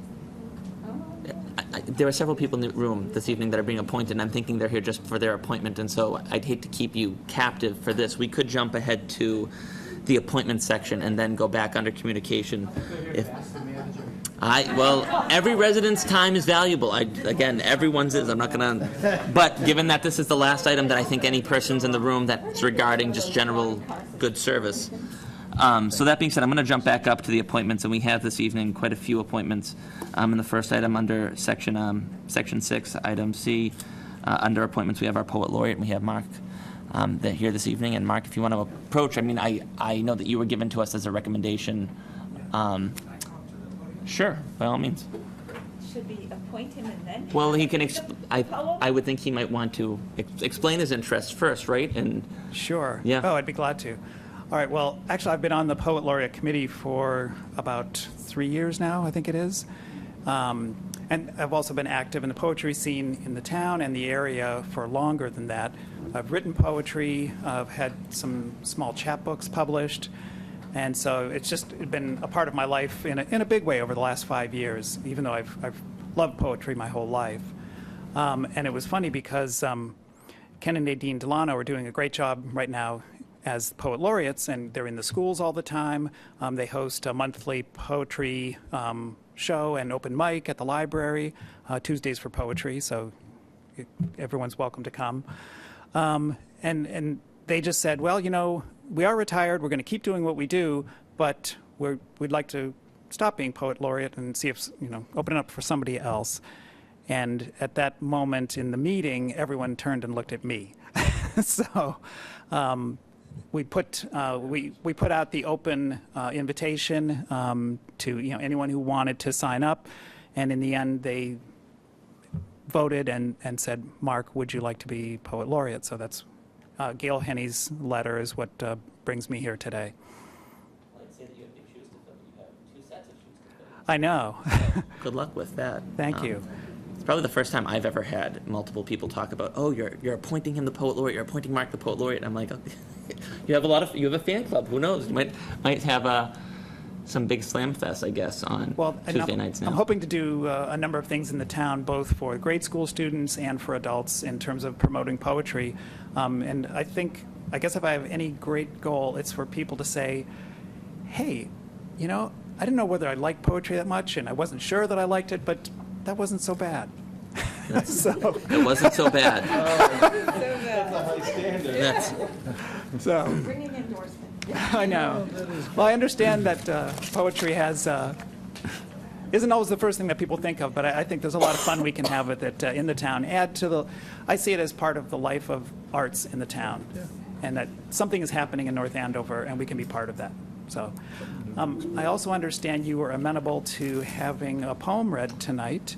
Perhaps we could entertain a motion to appoint you, and then it could be the first poem, perhaps with that title. Maybe not. You might be disappointed. I don't know.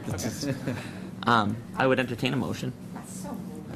Selectman Smedili motion to appoint Mark the poet laureate through 2020, June 30th, 2020, correct? Yeah, second. Yeah. Seconded by Selectman Keen. All in favor? Aye. Any opposed? Congratulations. Oh, thank you. And now, with this new title, Poet Laureate, well, we would be honored to hear the first poem. And this was written for this occasion because I felt that I should write something for the occasion. And well, I think you'll see what it's about, and I hope you enjoy it. You don't bash us, do you? Well, that would be a good way to start, wouldn't it? So the title is A Good Inland Town. And there's a preface. In August 1702, Judge Samuel Sewall wrote about his travels to Andover, what is current-day North Andover, in his diary. I rid with Mr. Woodhouse and Smith to Andover, a good inland town and of a good prospect. A good inland town. She shares her name with her British twin, but no ruler here wears the crown, for we are home of the citizen king. Her citizens, now or years ago, famous or not yet so, share in her renown. From strands of bell, bronze, and maker, from mother, muse, and meter, from wool and woven time, from these we make our rhyme. A.B., the poet, you know her name, walked to the meeting house, that first simple frame. With words her soul did search, and thus made poetry her church. Simon, the well-known man, the Mass Bay governor, was her spouse, yet today the greater fame Anne commands. In 1806, Revere and Son poured the bell, lifted high in the fourth steeple by Captains Johnson and Stevens. In the new fifth meeting house soon it would dwell. When the church was the town, it called from its tower. These tones still carry over tree, town, and common, but for all people now, it keeps the same hours. The 19th century mills were cut whole cloth from New England's ingenious habit and spirit. But it was the men of North Andover who made the mills, with Davis and Ferber as the ratchet and sprocket. In this yarn about wool, from the corner of Water and High Streets, their shop sent machines to weave their twill to every state and to the world. In the rhythm and thrum of the mills, these men were the heartbeat. To America and to the world, women and men from this town went forth to serve. Women and men heard freedom's word. They saw a common foe and risked their lives to fight it. They saw a wrong and tried to right it. And those who paid with limb or life, their families and townspeople observe. What these men and women gave, may we honor it. In a good inland town, history is not done. No final bell has rung. Her story is still young. Time offers more renown. Those who serve the town in public place or private space serve it well, if one must tell, when history and common good are the guide. Then we may go on to say that in a good inland town and in America today, the voice of the citizen has not died.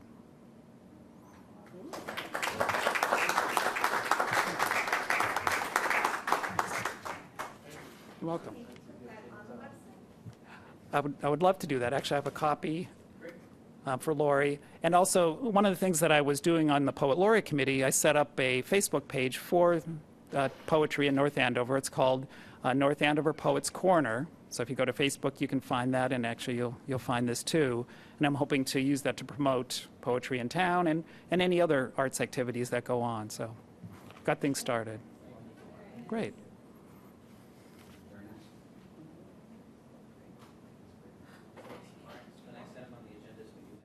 Selectmen appointments. So I will yield to the appointment subcommittee and see if they have any. I know there were a lot of names on there. Yeah. So Not sure the most efficient way to do this. So I guess by quick overview, Selectman Keen and I have spent the past 3 weeks really interviewing is almost the right word, really engaging the folks that have been sitting on the boards, as well as we've interviewed folks and are pointing to new positions.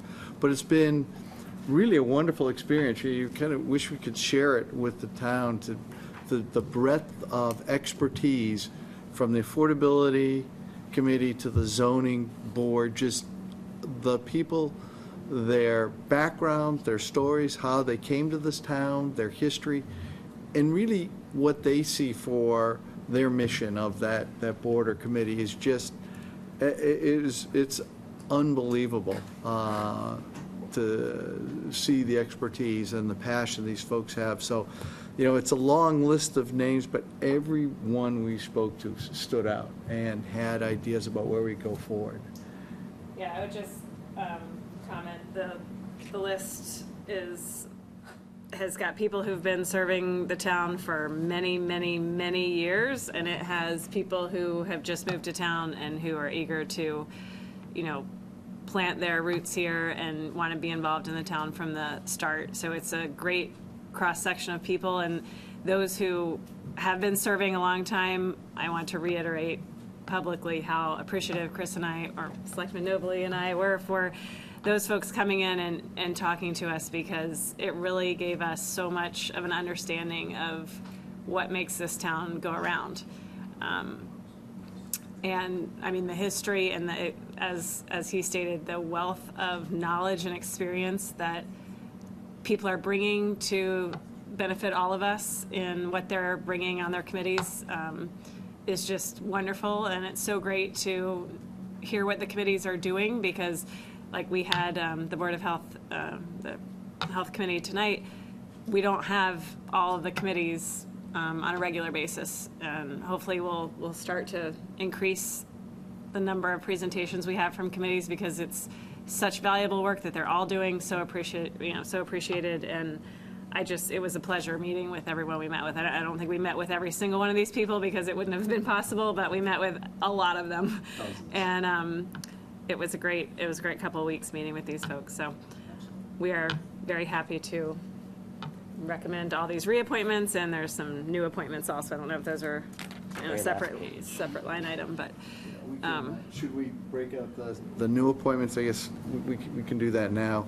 So on the Patriotic Observance Committee, Jack Moen, Ted Tripp, Neil Patno, and Amy Gegenberger, and have all new appointments there. Actually, it's just rotating their terms. On those. Yeah, I think, please.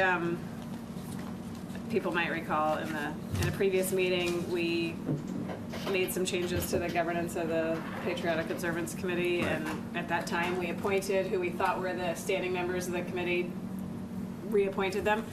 And I think some of these people were missed in that process, so maybe they've always been on the committee. They're not new people necessarily on the committee, so just to officially make them on the committee, that's great. why they are showing up as new appointments. That's great.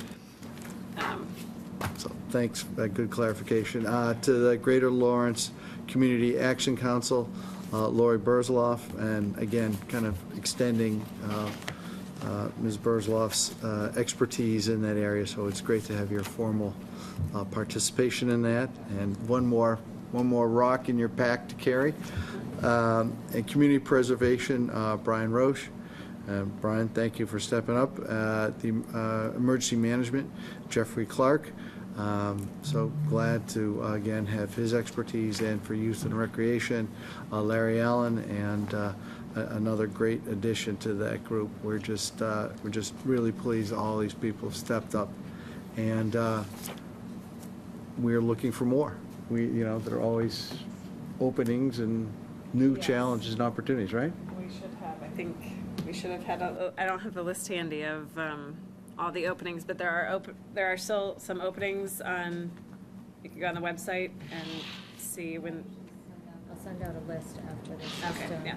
We'll make it clear in the next meeting's communications where there's openings, because there are some openings at the time of the reappointments. Some folks decided to step down and pursue other things, so there are some openings still. We'll get you involved. So I would entertain a motion. Yeah. So Move all the described in our packet, reappointments and new appointments, be accepted by the Board of Selectmen. Motion made by Selectman Nobley, I will second that. seconded by Selectman Keen. Any discussion? Hearing none. All in favor? Aye. Any opposed? Hearing none. Thank you to all the volunteers who stepped up. There were quite a few. Thank you to our two colleagues for taking on that task of interviewing everyone. I know Mr. Allen is in the audience, so get used to late night meetings, I would say. But thank you for attending tonight. And thank you to everyone who stepped up to volunteer to help make our town better. So, I think that is it when it comes to just the typical business for residents. I'll go back on order. Under communications, there was a final piece listed in the agenda. It's a safety. Sorry, there was some town manager appointments. Do we want to just finish those appointments in case those people are here? I think we can follow along with the agenda for future days.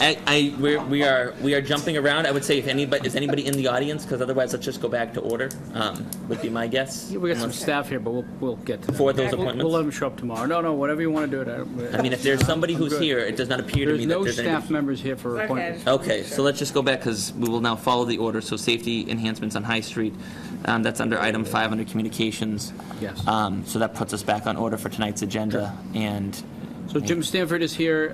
There's a number of, we've been having a conversation with the owners of the mills, occupants of the mills, primarily businesses, the police department and others to sort of address, we're trying to get to the point where we wrap up what's happening on Water and High Street in terms of overall improvements, and there was some thoughts about making some additional changes down there before we wrap that up, so that once we get out of there, everybody's happy with the outcome. So Jim has been coordinating that, I think can talk about the proposed plan, and really this is under communication because we just want to get your input since we've gotten business input and the mill's input and others before we start heading down a road and find out that maybe your thoughts may be different. So with that. Thank you, Mr. Chairman, members of the board. As mentioned, so we're finishing up, or wrapping up the High Water Elm intersection project, and we've actually scheduled paving, not just for the intersection, but we're also doing Water Street, the rest of Water Street, East Water and Clarendon, as well as High Street, a portion of High Street from the intersection down to just about Prescott. One of the things when we've been out there, it became obvious that there is we think a safety enhancement that we can make, some improvements.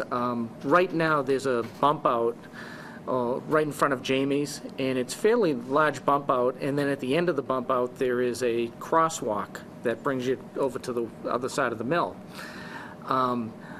Delivery vehicles are using that as their primary source to deliver, and it's not just delivery, it's all types of delivery.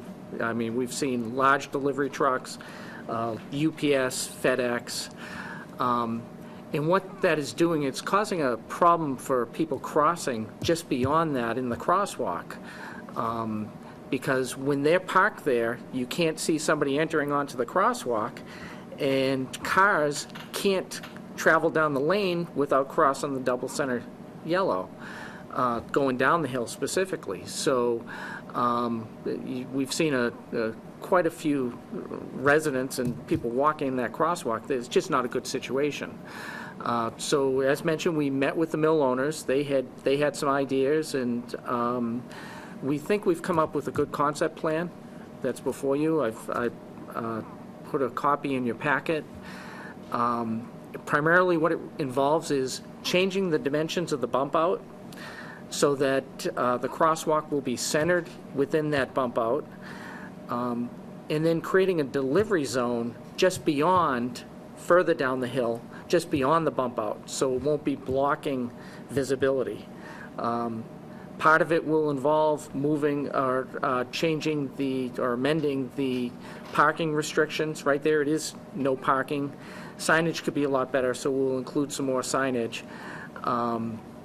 And it'll give us the opportunity to put a handicap spot right before the bump out. Okay. Which was a request from the mill. They felt that they could really use that. So we'll lose a couple of spots in the delivery zone, but we think we pick up a few, and we certainly think we make it a lot safer. Again, we can't stop everybody from parking, but I think by having the crosswalk in the middle of the bump out, it makes it a little harder for trucks to park there. Plus, now we're giving them a zone. We haven't figured out the times of the zone or how exactly we're going to propose the signage. We will be back before the board to do that at a later date. The other aspect of it is to create a new bump out at the crosswalk closer to Prescott. And we're going to do a bump out on both sides, similar to what you see on Main Street, almost in front of Town Hall. It makes the crossing a little shorter. It just, because you have parking down the street, it just puts the person entering the crosswalk just beyond, the visibility will be a lot better. So all of those combined, we think that it will enhance safety, both for the vehicles and for pedestrians. We will include more signage, wider crosswalk bars, a fog line on the other side of the street, and we also have some more enhancements that we're going to do with the grass strip. We just can't get grass to grow there, so we're either going to concrete it or brick it. So timing-wise, we don't want to hold up the paving of the intersection, so we're going to move forward with that in July, unless the contractor can do some major miracles in changing their schedule around. If it's acceptable, we would certainly get moving as fast as possible on the design of the bump outs. We do have some drainage that we're going to have to install. That may push the paving of this section of High Street just beyond the intersection where it's already bindered down to Prescott till next spring. It's not ideal, but we think we'll get a better product. So with that, I'd be happy to entertain any answers. On the delay, I mean, I know this intersection has been under construction for a long time, and I think, a credit to a lot of the businesses have been very patient, but we've heard also a lot of them we haven't been. So I don't want to see this project extended any further than what it is. So my guidance would be, I like the safety enhancements. I think former Selectman Stewart would be very happy with those. He's been a vocal advocate or a vocal opponent of that bump out in front of Jamie's for a long time now. So I think he'd be very happy with this plan, and I think we all should be, because it's a safer plan. But I do like this. I would try to give guidance that we get it done within the paving schedule so that we can not extend that project any longer. So I think what would be, because it's unlikely to do both, I think what Jim is proposing is we do all of Water Street, Clarendon, come down as far as the project scope here, because it'd be hard to imagine. So the improvements and we have businesses there who really want the improvements, including the possibility now that one of the restaurants would be able to put tables out on the sidewalk, which is disconnected, but something that came from all this, is that because where we're doing work, there is a drainage structure. We agree. We don't want to delay the pavement. We may have to bring the pavement down onto High Street as far as we can, do all of Water and Clarendon, so the whole area is largely reassembled while we're dealing with this, because I'm just more concerned that if we have to move a drain to do the sidewalk and these things, it may move that pavement until the spring, and the businesses just... So we'll wrap up the intersection. The intersection will Yes. be on schedule to wrap up. This will be a Yes. different schedule. This specific section could be on a different schedule, really around pavement, right? So doing the drainage and changing the sidewalk, but everything else. So if you could imagine from Good Day Cafe up to the High Street intersection, all the way down Water Street in Clarendon, all paved. But we leave not finished yet, say I'm using that as an approximate example, everything where this bump out is heading down toward Prescott until this work can be done. So that area has been not affected by the project up the street, so Correct. at least it alleviates what's going on there, all cones removed and everything else. Correct. And- Sidewalks are already in, Yeah. but this would finish the roadway piece, right? That's what we're talking about. So we'd really focus on the area of these improvements and not pave that distance, which is sort of the mill parking lot on the far side to about where the bump out is today, and then be able to do this work, then pave that and maybe on a completely different schedule and finish everything else. So that we can get out of High Street and Water Street as we know it, and let businesses go back to doing their work. All right, thank you for that clarification. And then the loading zone will be, it'll be time specific, so after, let's say, I'm gonna pick an arbitrary time, after 4 o'clock in the afternoon, those become parking spaces again for the businesses to use. That was the initial thought. We have to look, first of all, we can't make it a legal loading zone because we don't have the width in the road. So we're going to call it a delivery zone. Ideally, there's an MUTCD requirement for a loading zone. So we can certainly post it as a delivery zone. Part of that is we wanted to cross-hatch it, so I don't know how that would work with the parking. Surprisingly, when we spoke to the businesses there, they'd almost prefer that we change the parking along that stretch. They seem to indicate that it's more long-term parking. People are parking there, not making the quick stops into the mills, but actually parking there all day. So we had a few businesses who said, I prefer you just eliminate it. We're not proposing that. So we still have a little more design work, but we can certainly look at that. Initially, we thought, morning 7 to 5 o'clock at night, and then possibly give the parking, but I have to really see how we're going to crosshatch that delivery zone. Yeah, and I think with the new configuration of the mills, there's a lot more parking in that, where that other building used to be. There's a lot more parking there, so that's probably not as big as a concern anymore, because there is a lot more parking now in the area. Oh, sorry. Yeah. Feedback we're getting from the businesses is the changing of how things always were is taking place slowly. They find that some of the customers still don't yet know they can pull in across the street. So it's changing, but as you can imagine, they could never park across the street, and so they're learning to do that slowly. Right. It takes behavior change. So. But I think there was the general agreement is it would be somehow time specific. So at nighttime, when the people were visiting the restaurants, it would be completely different.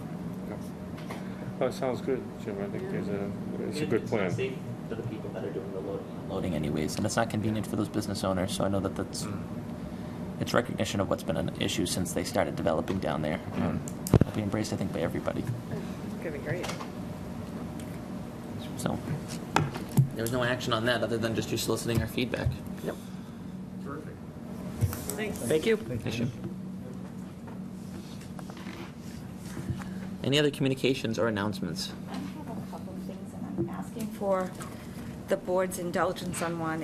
I know it's been a long meeting, and I'd like to just read this, but read it really quickly. We have a school committee member here. Our superintendent delivered a short but extremely meaningful graduation speech that applies to, I think, almost every citizen in this town. And I thought it was just so powerful that I would like to take a few minutes to read it. It's about 4 paragraphs or so. So if you don't mind, I think it says a lot about North Andover, and that's what I loved so much about it. And it was a congratulations to the class of 2018, but it's also a little bit of her final speech and gift to the town, even though she has a few more days. So I will promise to read it quickly. So again, congratulations, class of 2018. All of us are from somewhere. The fact that you are sitting here today means that, at least in some small part, you are from North Andover. You are from this amazing town which has sheep-shearing festivals, a farmer's market, conducts a town meeting in the high school auditorium with all its residents invited, honors veterans in parades, ceremonies through the year, has Santa parades, has very strong youth sports programs and thriving youth center, has a national night out that brings the town together, has been recognized as one of the best towns in America for music education, just made a huge investment in our schools by funding the new early childhood center, has a farmer that brings apples to all our elementary schools on hay wagons, and has agreed to a town-wide set of values: respect, achievement, inclusion, service, and empathy. These descriptions of your town might not seem that important or special to you, but I am here to tell you that North Andover is not like most towns in our country. North Andover has made the decision to put people above politics, to build a diverse, inclusive community, and to ensure that the social fabric of the community is nurtured, supported, and maintained. At a time when our nation is focused on that which divides us, North Andover has made a conscious decision to focus on that which binds us. North Andover knows that despite our differences, all of you are more alike than different. For example, all of the families and friends here today want what is best for the 372 graduates sitting here in front of me. They are proud of you. They look forward to what lies ahead for you. Today is a day of celebration and hope. Today is a day when you remember how you got here and anxiously pondered that which lies ahead. As you think about what lies ahead, I ask you to remember the lessons that you have learned in this amazing town. I know I will. I ask you to remember to focus on which binds us. I ask you to remember to think about the core values: respect, achievement, inclusion, service, and empathy. I ask you to remember diversity and acknowledge that our differences are what make a strong, vibrant community. I ask you to remember that the small stuff, like sheep shearing, is actually the big stuff, that community matters. I can only imagine how different our country and world would feel right now if everyone had learned this important lesson. And this was from our lovely superintendent.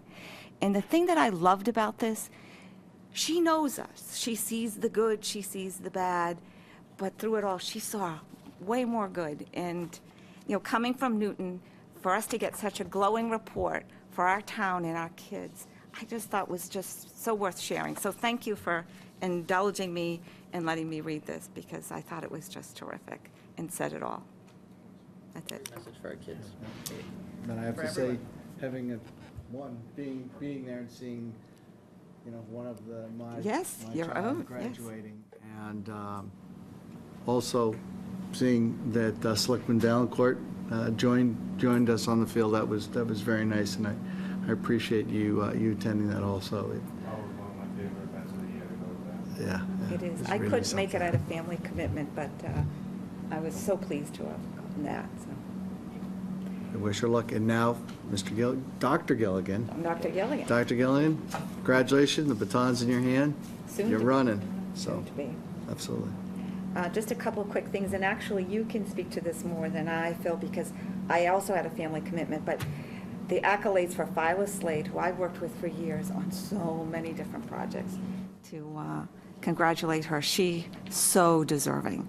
She has, you can thank her for Patriot's Memorial Park, things at the library, gardening, and I mean, she's just done great things. North Andover Improvement Society, I mean, you could add to it more than I, because you were there. Just, hey, kudos, Miss Phyla. She deserves all the accolades that she received on her special day, so. Phyla was recognized by the Historical Society. I think it's the first time they've done that. But they plucked one of their members and said, Yeah, but she's the member.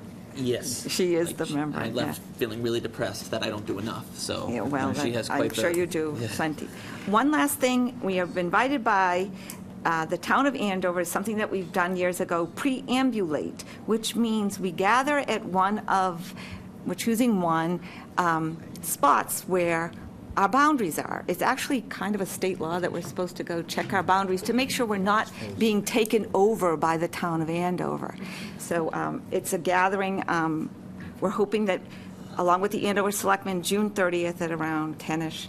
And this year's site is the North Andover line near Windkist Farm, I believe. I get the Winds Farms mixed up sometimes, but I believe it's Windkist. Windkist is possible. Yes, thank you. I sometimes get it confused with all the other wind. Yes, so it's a fun thing. It's just, Hey, I know little facts. very good, very good. So I'm done, so I've taken enough of your time with the. So just clarification, so do we have to consent to that? Do we? We just, I think, just Just show show up. up I don't and- know. I don't know. Yeah, I guess we could always post it as a meeting if there's a quorum. That's true. I suppose we should do that. Is there an agenda that goes with it, or do we just go look at them and say, You hey, just go. You wish you were with us? Well, Wish actually- you were still part of us, don't you? Yeah, who No. invited us? Was it? Yeah. It was a selectman from Andover, Alex Vispoli. What is done, actually, you're supposed to take like a black paintbrush, but I always bring the black and magic markers instead. It's so much easier, the indelible ink, when I've done it. And you rewrite where it says North Andover, and Andover rewrites where it says Andover, and you date it. So it's actually a Okay, law. so it doesn't We're require actually any- supposed to do that. The last one we did was up on 114. Yes, we did one at where the new buildings are across from Burger King. We've done that. We've Borderline done, Running Club folks can tell us where each of the border posts are. I know where that post is. I thought Chris would do it every day as he passes the Y. yeah, we've done the one near the Y. We've done the one over by Boston Chicken. Yeah, so, and there's more. There's more. Go towards Boxford, but we're Right, just so doing. we'll let Laurie know if we're going, so she can. All right, can we get the information I to the think town fine, as long manager? as you don't deliberate anything, just. But can we get the information to the town manager so that it can be distributed to the full board? Of course. We'll get an accounting as to who can make it to see if it's worth it. I mean, we might not have enough people and have to schedule another day, but Wait, what does that mean, not have, so that all you need is one select? I guess I've heard that it Well, happened before. if there's only Andover people, there's no point, or North Andover people, there's no point. It's supposed to be, okay, We yes, can we move all the agree, motions. this is the boundary. That's it, yeah, the towns. You could annex Andover if they're not there. There We don't you want go. that. We don't There want you that. But if it's Take legal, over just their keep on going.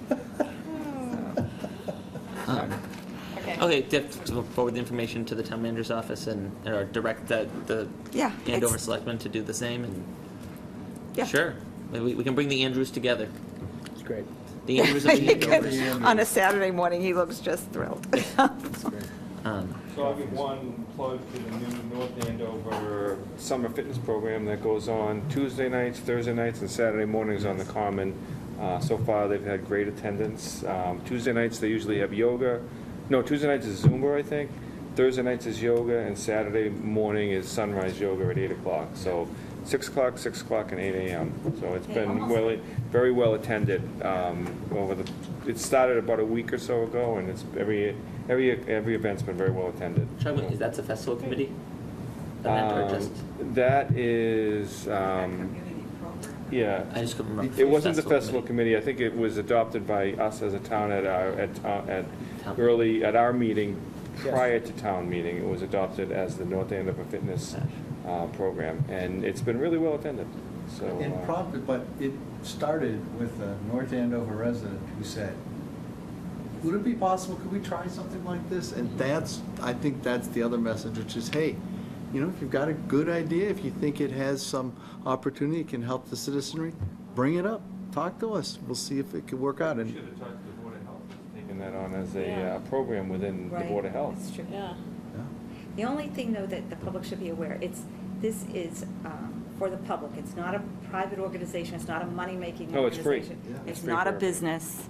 It is a citizen who's looking to bring great health. And if the heat continues, she could end up with hot yoga. Yeah.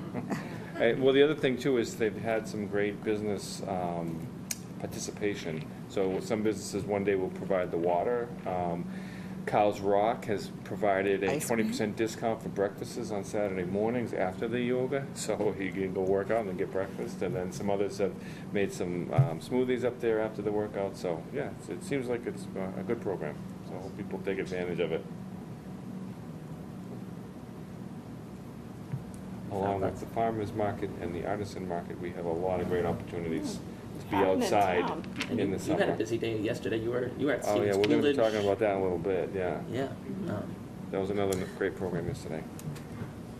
Well, any final announcements? Were there ample opportunities for you to make announcements? I know later in the agenda, Manager, but. No, there are other people here. I'll wait till the end. Okay, so we'll move back under consent items. So we have done A, B, C, parts of C actually. So we have appointments of special counsel for the town. So we have 2 special counsel appointments categories as well as the town manager appointment. So we can go with the special counsel appointment through June 30th, 2019. A request for Copeland and Page. Actually, to be fair, it's KP Law, they would say. They are formally Copeland and Page, but they want to be called KP, so I guess that should be the motion. If we were to continue using them as a special counsel, most recently we used Lauren Goldberg during the town meeting in January. Any questions? Ready? We can do it after motions, right? We can have discussion. So for the sake of discussion, Mr. Chair, I'll move that we reappoint KP Law as special counsel through June 30th, 2019. Second. Motion made by Selectman Valencourt, seconded by Selectman Keen. Any discussion? About which one? No, it was about the name. Oh. All in favor of appointing KP Law, I should say all in favor of Selectman Valencourt's motion? Aye? Say aye. Aye. Any opposed? Hearing none, I'd like the record to show Selectman Smedili left the room. We have in the next item on the agenda, consent item C4. This is regarding the law firm of Collins, Loughran, and Pelican. as special counsel through June 30th, 2019. That is the request. Do I hear a motion? I'll move approval. Motion made by Selectman Valencourt, Second. seconded by Selectman Nobley. Any discussion? Actually, Mr. Manager, so under what circumstance would this firm be used, or is this just another? They specialize in collective bargaining Okay. law, and we've used them in the past, specifically public safety collective bargaining law. And although we didn't use them for the most recent police contracts, we do on occasion contact them. That's their specialty.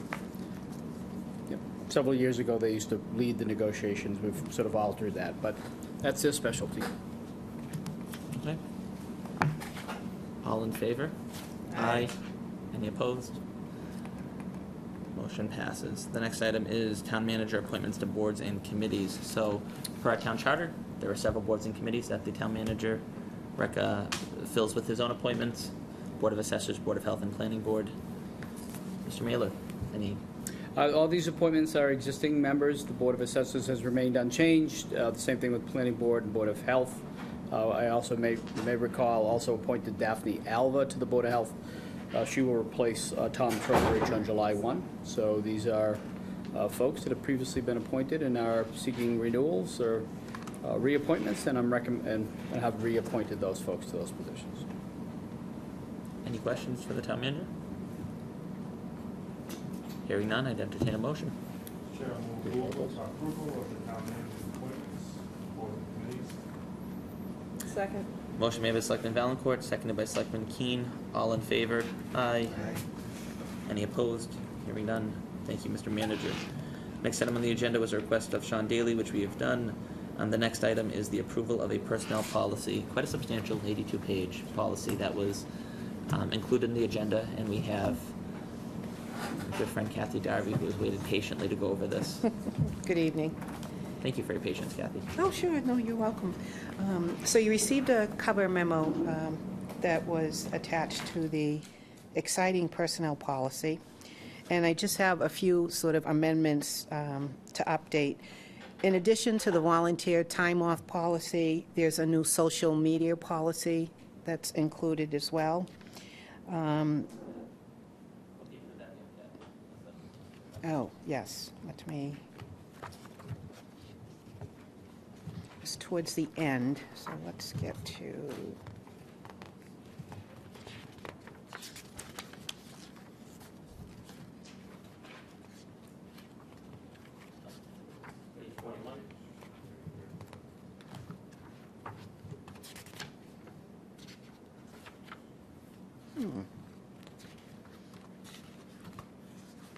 One of the things that we have not done yet with the edits was to accept them so that the page numbers are not exactly correct, but... oh, is it? Okay, good. All right. So that is new. That wasn't done that was done in collaboration with our IT director, Chris McClure, also Town Council Suzanne Egan. We attended a MMPA training on social media, so it was a collaborative group effort. But that is new, and he's new for the town. The other thing is we had a new position that was approved back in the budget season last year during November for a Stevens Estate event and bar manager, and that was, I've since updated the position classification to include that position title. And those were the only additional changes that I made after. But, yeah. He continues to review this all year long. This is the All sort of year primary document that covers either basically non-union personnel, where we have just under 70, not counting the summer folks, just under 70 of those folks. And then as the year goes on, looks at different things that are happening or changing either in the industry or things that arise over time that result in some level of amendment to the particular policy. That then gets reviewed, sent off to employees to get their input. So anybody impacted by the policy gets a copy of it and says, okay, Yes. you live by this every day, or the things we should be thinking about that you want us to think about, and so they're included in that regard. And then the draft document that Kathy prepares is sent to town council, and a committee of 4 or 5 people, again, impacted by the policy, sit down and review these. primarily because what we find in any document, personnel policy or collective bargaining agreement, we bump into a situation, sometimes we sit in a room and 3 people read a document and come up with 3 different conclusions, because this language is, all language in collective bargaining agreements and personnel policies are a little cumbersome. Right. So we make sure that the interpretation that everybody individually has is consistent with what the spirit of the particular document is. Historically, we don't make dramatic changes other than to include any positions that wouldn't have been in the previous policy, to adjust the pay schedule by any cost of living increases previously approved, and then anything else that might be a function of the change in law. For instance, if we, Small Necessities Leave Act and things like internet policies change on a pretty regular basis. So we need to make sure we stay current with the law. And so that's what typically drives those changes. So have we already passed that process that the staff has looked Yes. at this? Okay. Yep. The way you said it, I wasn't sure Yes. we were going to Staff- do it. Nope, I said the Nope. staff starts at the beginning, that they take, Okay. while Kathy's doing this, the staff then gets a copy, provides their feedback. We then reflect on more changes, give them another sort of a shot at it so they understand what's going on. There's not a lot changing here, but we also know it's a heavy read. And then a committee of those people impacted then do sort of the final review with Kathy and Suzanne to make sure, again, there's consistency as to how it's supposed to be interpreted. What's that committee makeup? What was the last group that looked at it? The committee, the group that looked at it sort of for last review? Yes, I tried to include some new employees. I actually invited more people than were able to attend. I invited our new planner, I invited our new IT systems analyst, I invited the finance director, town council, and the director of community and economic development for the second meeting. I actually met one-on-one with the individuals who gave me specific feedback about the personnel policy, just so I could understand where they were coming from and have a dialogue. And I actually incorporated one change specifically from one of the employees in terms of how we accrue personal time, so it's good. So not all of it's incorporated, depending on the nature of what's asked, but Right. most of the time we find the interaction, and I certainly do review the document as well, but as part of the interaction we get, typically we find that feedback positive in terms of making some changes. So as an example, during the year, we found some complications to how to deal with folks who are veterans who serve for the community. Yes. When we hired Joe LeBlanc, who's an active reserve member and had to take some time off, we realized that our policy didn't probably deal with those circumstances because we hadn't typically bumped into them, so we modify the policy and it gets incorporated as part of.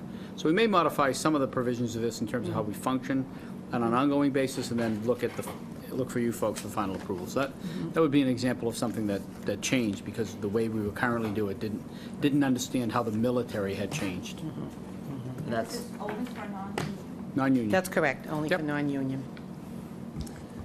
And specifically for the social media policy, but this would apply for sites that are created by our committees, like the festival committee or the Yeah.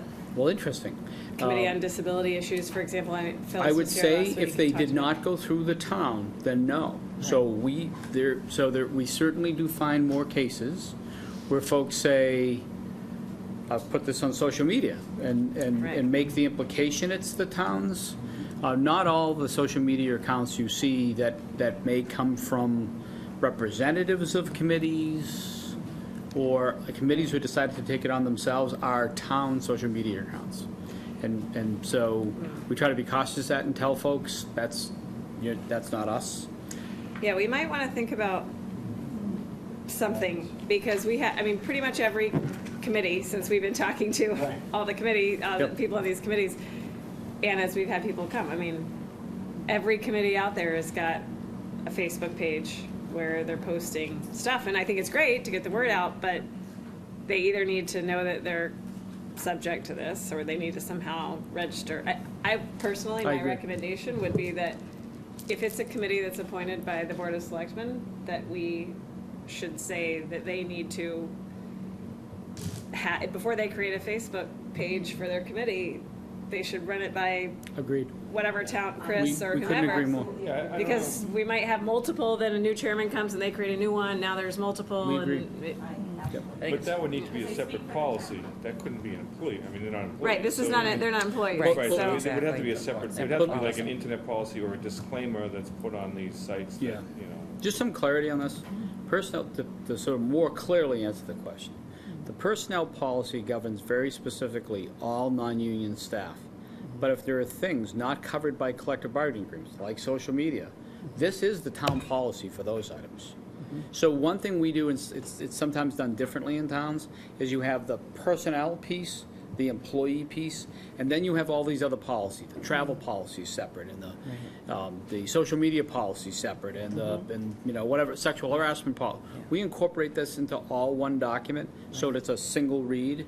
And I would say that for folks who are employed here or on boards or committees, even though they may not be covered by the sort of traditional employee components of this, this is the town's social media policy. So to your point, this is the town's travel policy. So even when you're a union, you follow these provisions when there's no other provision to govern it.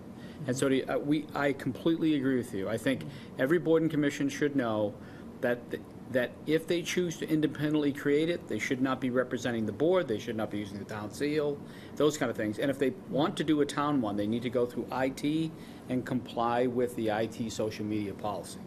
Couldn't agree with you more. So I would make a suggestion that any committee that we appoint members to, that they should follow this policy. Their sites should be town sites, and they should follow it. If they are on the committee and they're representing themselves as the town. Right, that's a problem. So what would be the step, other than when we actually appoint these people? The step to make is that them aware? tomorrow, we'll send out an email which Sure. indicates Yeah. that this is the town's social media policy. And if you're a board or a committee, or make some representation that you're representing the town, using the town seal, using any aspect of the town, then you need to, one, you should inform IT that you've created your own social media account, because in a good way, we would want to know that. And two, this is the policy you must follow when doing that, so that we are aware of all of these. I'm not. I know the boards and committees say that, but I think the number that seem to represent themselves as towns is probably a little narrower. But we send it out tomorrow as a copy of the policy. Tell everybody they have to let us know if they've created such an account, and until they execute and comply with the policy, that can't be considered a town. There's only one town official Facebook, one town official Twitter. Everything else shouldn't really be using that unless they follow the policy. So that's the way we do it. We do it tomorrow, is the answer. Thank you. Yep. The only other thing I would request is that it be effective July 1st. It's dated June 18th, just so I could keep track of the revisions, but if it could be effective on July 1st. Okay. I was going through it and had some questions on page 17 under personnel records and data changes. I was trying to look at where you redlined where you made additions. And so it was just, I wasn't familiar with this. You had mentioned at the end of that section, or under that first paragraph, failure to notify the town of changes could affect an employee's eligibility for benefits and could impair the town's ability to contact a friend or family matter if an emergency arises.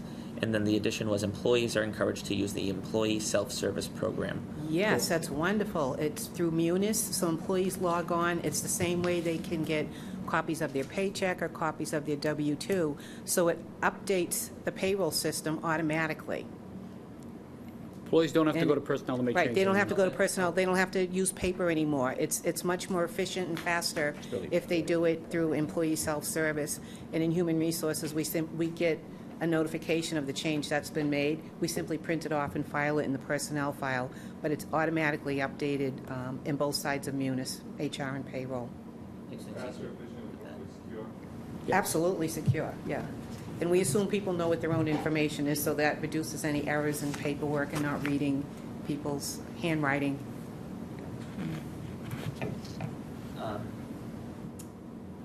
Thank you.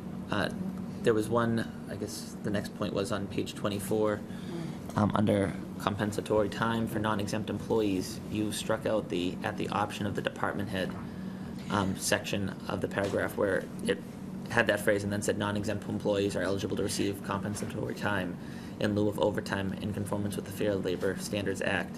So does that mean it's automatically coming now? No, that means it'd actually be a discussion, rather than just the department head taking it upon themselves to make the determination. They would actually have a discussion with the employee about whether there was time or pay, depending on the circumstances. So who gets to make the, So it's a mutual discussion between the department head and the employee, rather than the department head just making the decision without any feedback or without having a conversation with the employee. Ultimately, under the FLSA guideline, if that discussion takes place and the employee says pay, it'll Yes, be paid. they get paid instead of time. if the Yeah. FLSA Under required FLSA. that, because we eliminated it, it looked like we were just trying to go for streamlining, Oh, making it consistent with yes. state law. No. But now it's, or whatever, federal Right, law, and now it yes. just doesn't appear that it makes sense who makes that decision. Right. I guess so for any employee that wanted to pursue that route, now it wouldn't be clear who they should be going to, in my opinion, but I guess if internally, if it makes sense to them. Yeah.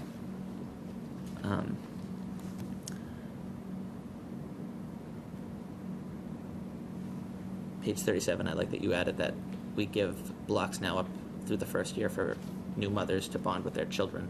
Remember that? You brought that up New quite a number of months parents. ago. New parents, Not just excuse me. mothers, new ma- parents. New parents, Mhm. touche. But I was thinking of Yes. Selectman Keene's request several months ago. I liked that. And then page 29, the military leave. Any other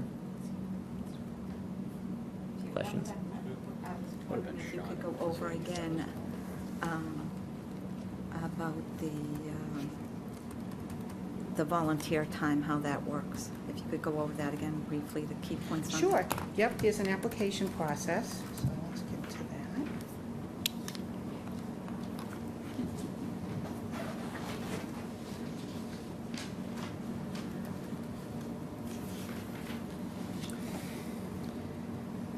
So employees can donate up to 16 hours per fiscal year to any approved agency or organization so that they can volunteer out in the community.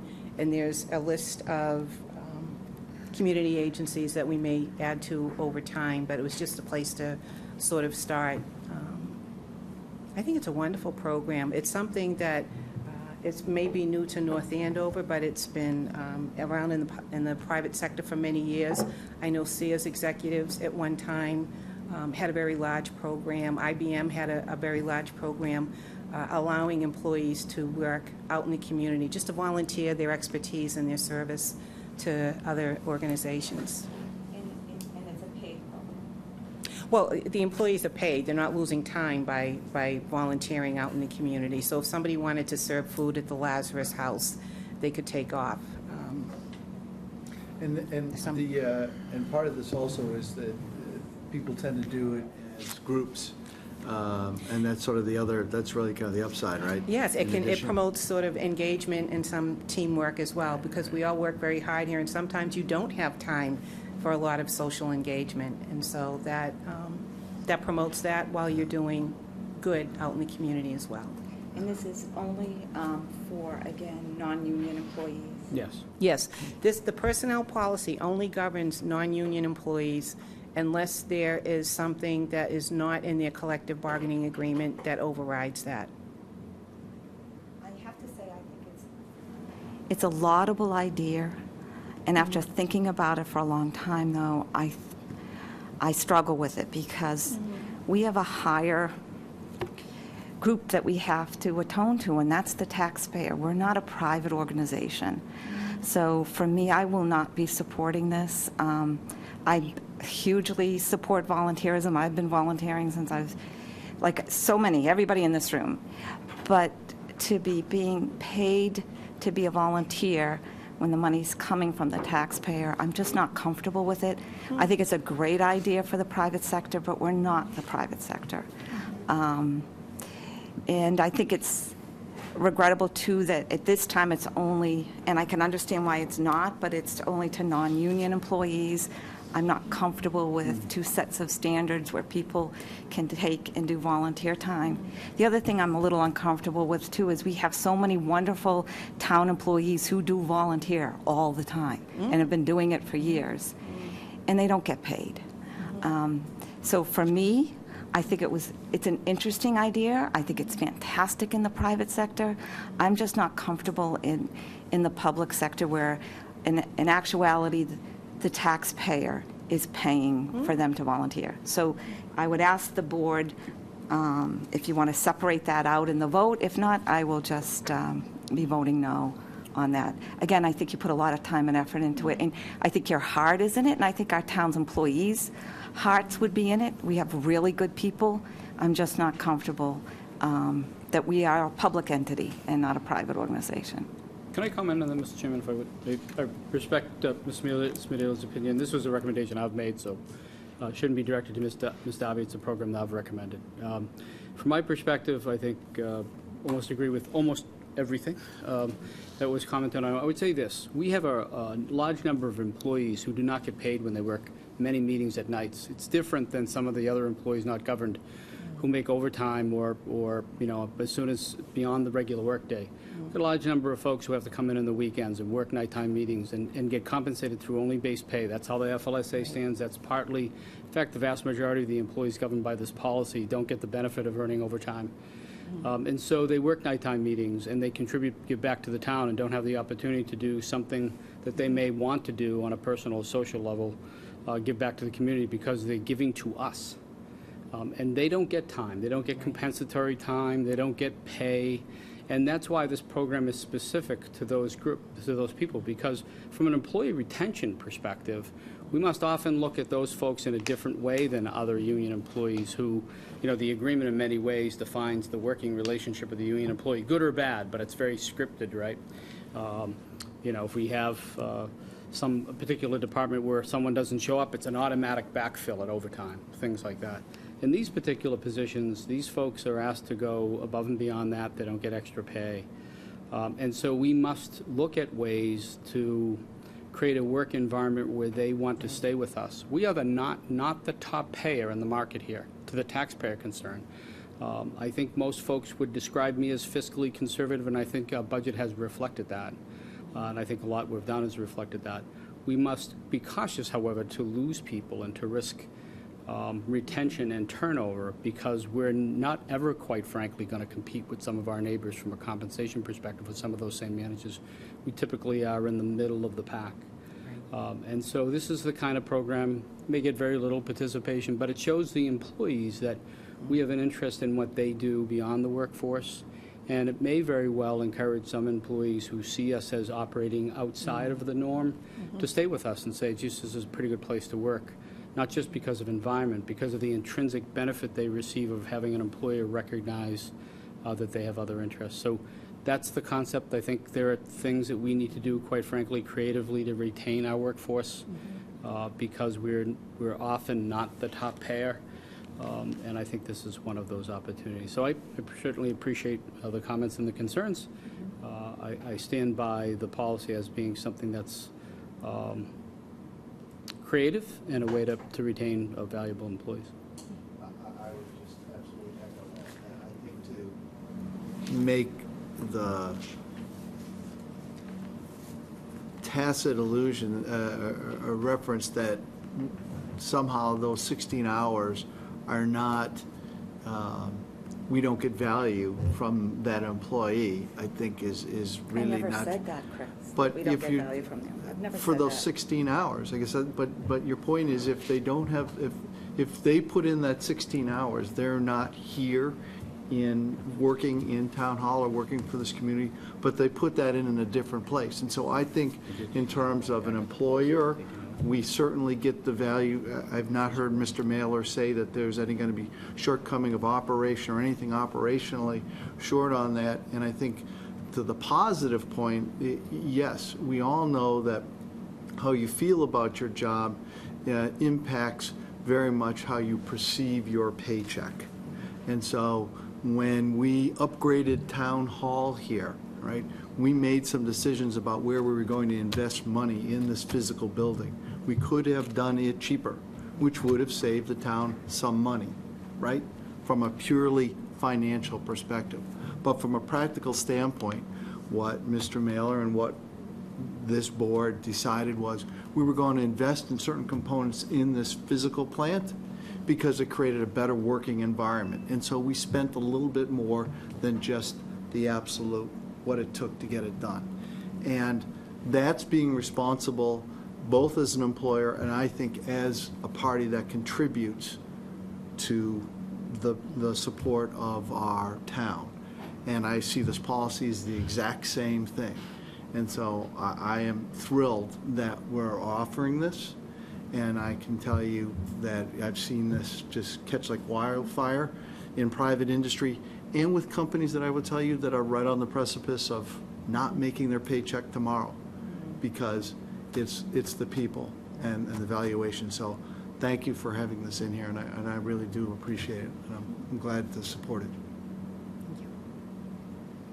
Yeah, I support it as well. I think, you know, my own company, being a private company, they do support 40 hours a year of time to give, is what we call it. And I think, you know, as a citizen and a taxpayer, I'm proud that, you know, we are offering this to our employees to go back and give back to these very, you know, deserving organizations. And, you know, I hope that it's never taken advantage of, and I hope that it's always done with the right motives in mind, and that, you know, again, that we, you know, the employees, you know, respect it and you know, use it for what it's, and you know, give it the due diligence that it requires, and then that they are, you know, making the most of it. So I think, you know, 16 hours, it's 2 days over the course of a fiscal year that they have an opportunity to give back to these organizations. So I think, yeah, as a citizen, I'd be proud to say that my town does this, and I think it's, again, we're on a leading edge. You know, North Andover tends to be on the leading edge in a lot of ways. You know, the first ones to do the curbside recycling of textiles, first ones, with a lot of firsts we've had, and I think this is, again, another first, and you know, I'm proud to support it. So, thank you. Just my final comment, it's certainly not questioning the employees or their intent. We have really great employees who give a tremendous amount to the community and to the town. It's my position that we're the government, and it's the taxpayers. But I certainly, and that it's really just being made available to just some of the employees. I would never question our town employees. They're very good, hardworking people. And I think it's an interesting concept, but for me, I will be a no vote on this particular part of it. That's all. We had a lot of discussions about this. I think it was an interesting idea. It was one that was worth, I think, starting the discussion on. And I think what sold it for me happened to be when we had a conversation following one that you and I had, Selectmen Spadili, where the point was made about a lot of our employees that do work evening hours. And I reflected on my own time in government and the legal restrictions that are in place that the private sector doesn't place on their employees when they work. The fact that even earlier in this policy, I believe we're on page 73 right now, so earlier in this policy, an employee can't be emailing, you know, during work hours, even on their own computer, even on their 30-minute lunch, they can't be using that computer for anything like that.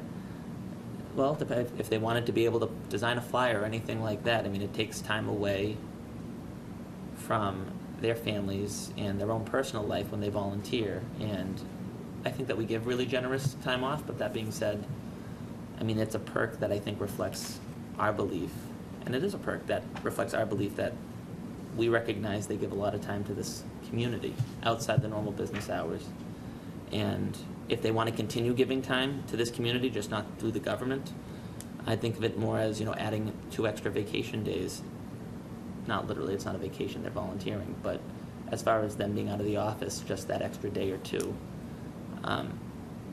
without having to pay overtime, and in return we get them actually being active in the community and representing us, representing North Andover's town government when they're participating in those activities.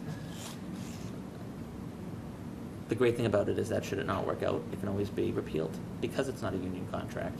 I did notice the language in there that it can be repealed at any time. I would have, you know what I've said. I'm eager to see us experiment with this precisely because it's not an experiment that is permanent. Right, it's not bargain, so out. it's not something we have to go back to the table to negotiate. It can be, if we find it's not working, we can always retract it. That being said, so I would entertain a motion. So I'll move the Board of Selectmen approve the personnel policy as presented. I'll second. Motion made by Selectman Valencourt, seconded by Selectman Keen. Any further discussion on this matter? All in favor of adopting the personnel policy as presented, say aye. Aye. All opposed? Thank you. Motion passes. The vote reflects a 4-to-1 vote. Thank you, Kathy, for spending 2.5 hours with us this evening. The next item on the agenda is approve and sign easement to Massachusetts Electric Company for 115 Phillips Brook Road. I'm going to entertain a motion.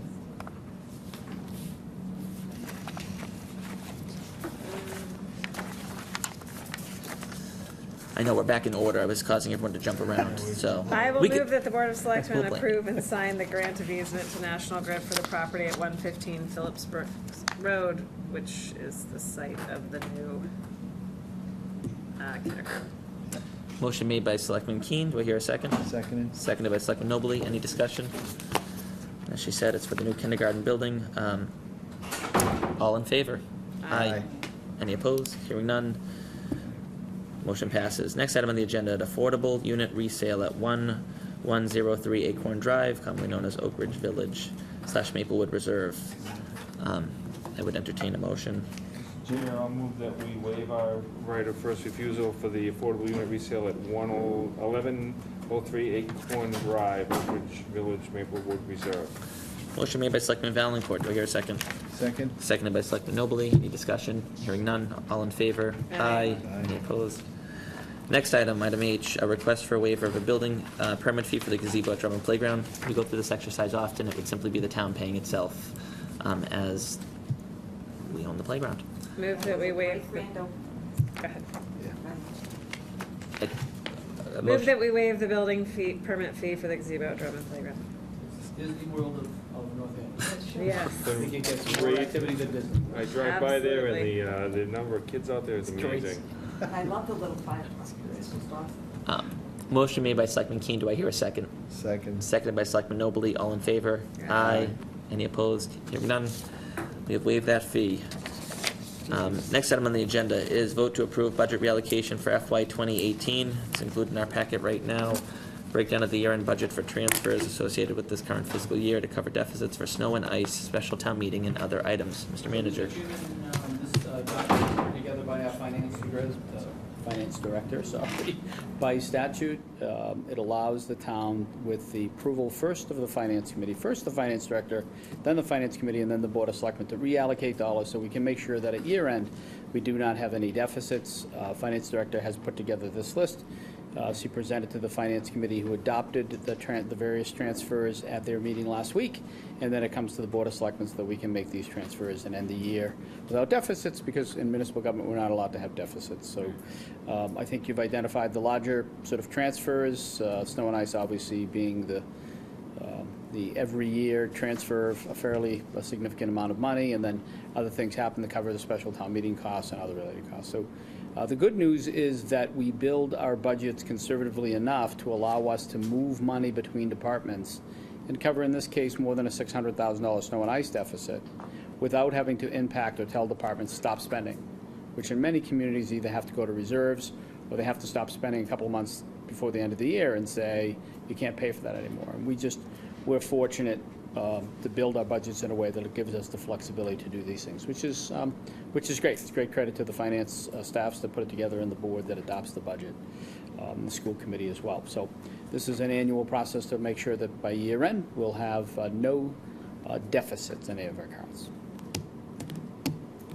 And the other side of the ledger is that the revenues continues to come in some a little higher than others. Yeah. Sort of interesting. Yeah.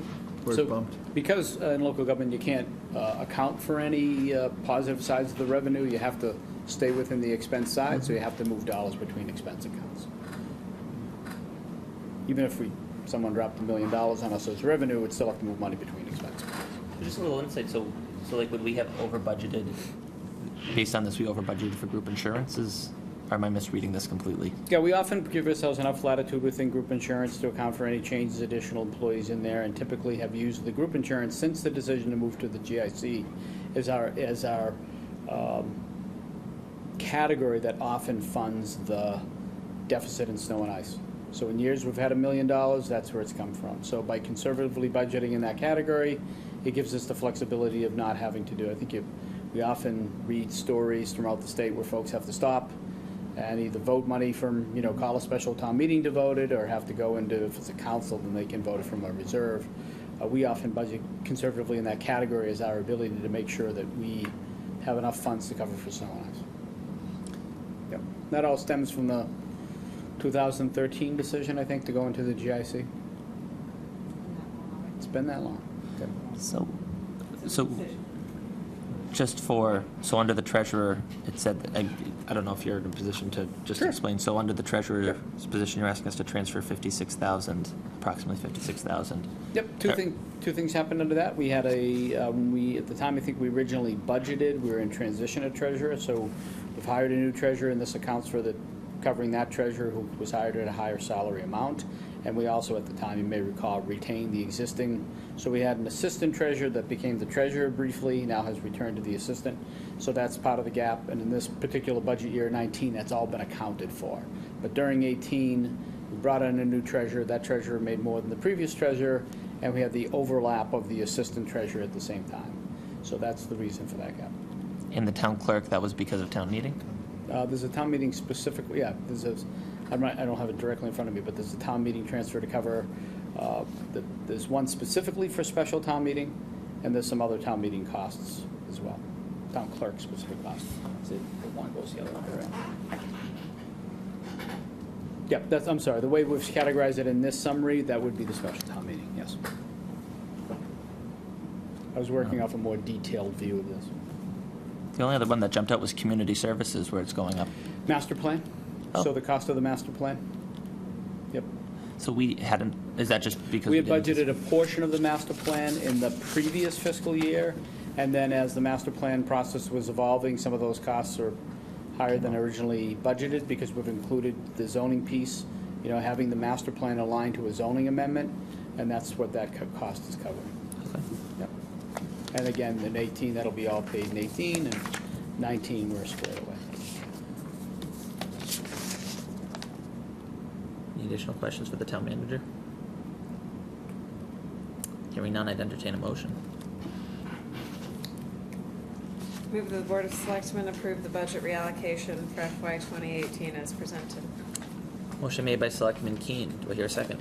Seconded. Seconded by Selectman Nobley. Any discussion? Hearing none, all in favor? Aye. Aye. Any opposed?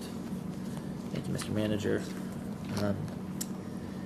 I would entertain a motion to move into licensing. Motion's moved into licensing. Motion made by Selectman Nobley, seconded by Selectman Smedili. All in favor? Aye. Okay, we're now in licensing, and we will take you first. I was going to say that, you should take it Okay, first. so first, you're Roberto Alonso, right? Yes. Okay, I want to make sure I'm taking the right person first. You don't look like Catherine Bebo, so I'm going to say No. you're Roberto. So first on the agenda is a license, package store wine and malt license for Eva's Farm, who has been one of our regular participants in the farmer's market, and has I believe you have a store in Middleton as well, right? My son was there the other day. So you're moving to North Andover. Yes. This is his fourth store. This is your fourth This store? will be number 5. Number five? Wow. But who's counting? And His so wife, you're I'm going to be sure. moving into the near, Next to our Orange Theory. oh, okay, and then the same Howling plaza Wolf. with the Starbucks. Oh, cool. Great. Great. So Yeah. how much floor space is going to have? I suppose I should look at that on Square the... feet is 1,190 square feet. Very small. Oh, yeah. Yeah, great. So let's just review this one time here, real quick. So we've got favorable recommendations from police. Let me just go through that. And building and fire. So, and it appears that everything is in order in your application. And as you said, this is your fifth storefront? Yes, And- we have, we just opened 3 years ago. We've been opening stores since then. We have in Beverly, Ipswich, and Marblehead. and now Middleton was the first, and now North Andover. We live in this town. I'm married to Fitzgibbon Sharenda family. So of 17 years being in this country, 15 years I have lived in North Andover. Oh. My daughter goes in Franklin School and one. Is that your wife? Yeah, they were here. Your Yeah. Yeah. And that's Eva. Family. You married into a nice family. Yes. So, well, that's great. So you're able to now open a business in your hometown. Yeah, That's awesome. I bought this business 2 years ago, and we still working and opening hopefully very soon.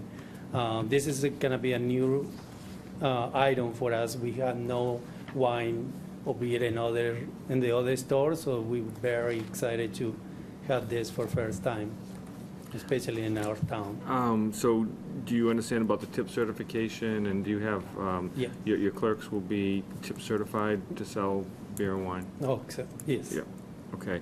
And I'm gonna let Selectman Smedili talk to you about the fact that we're a college town, and I'm gonna give you that courtesy to do that.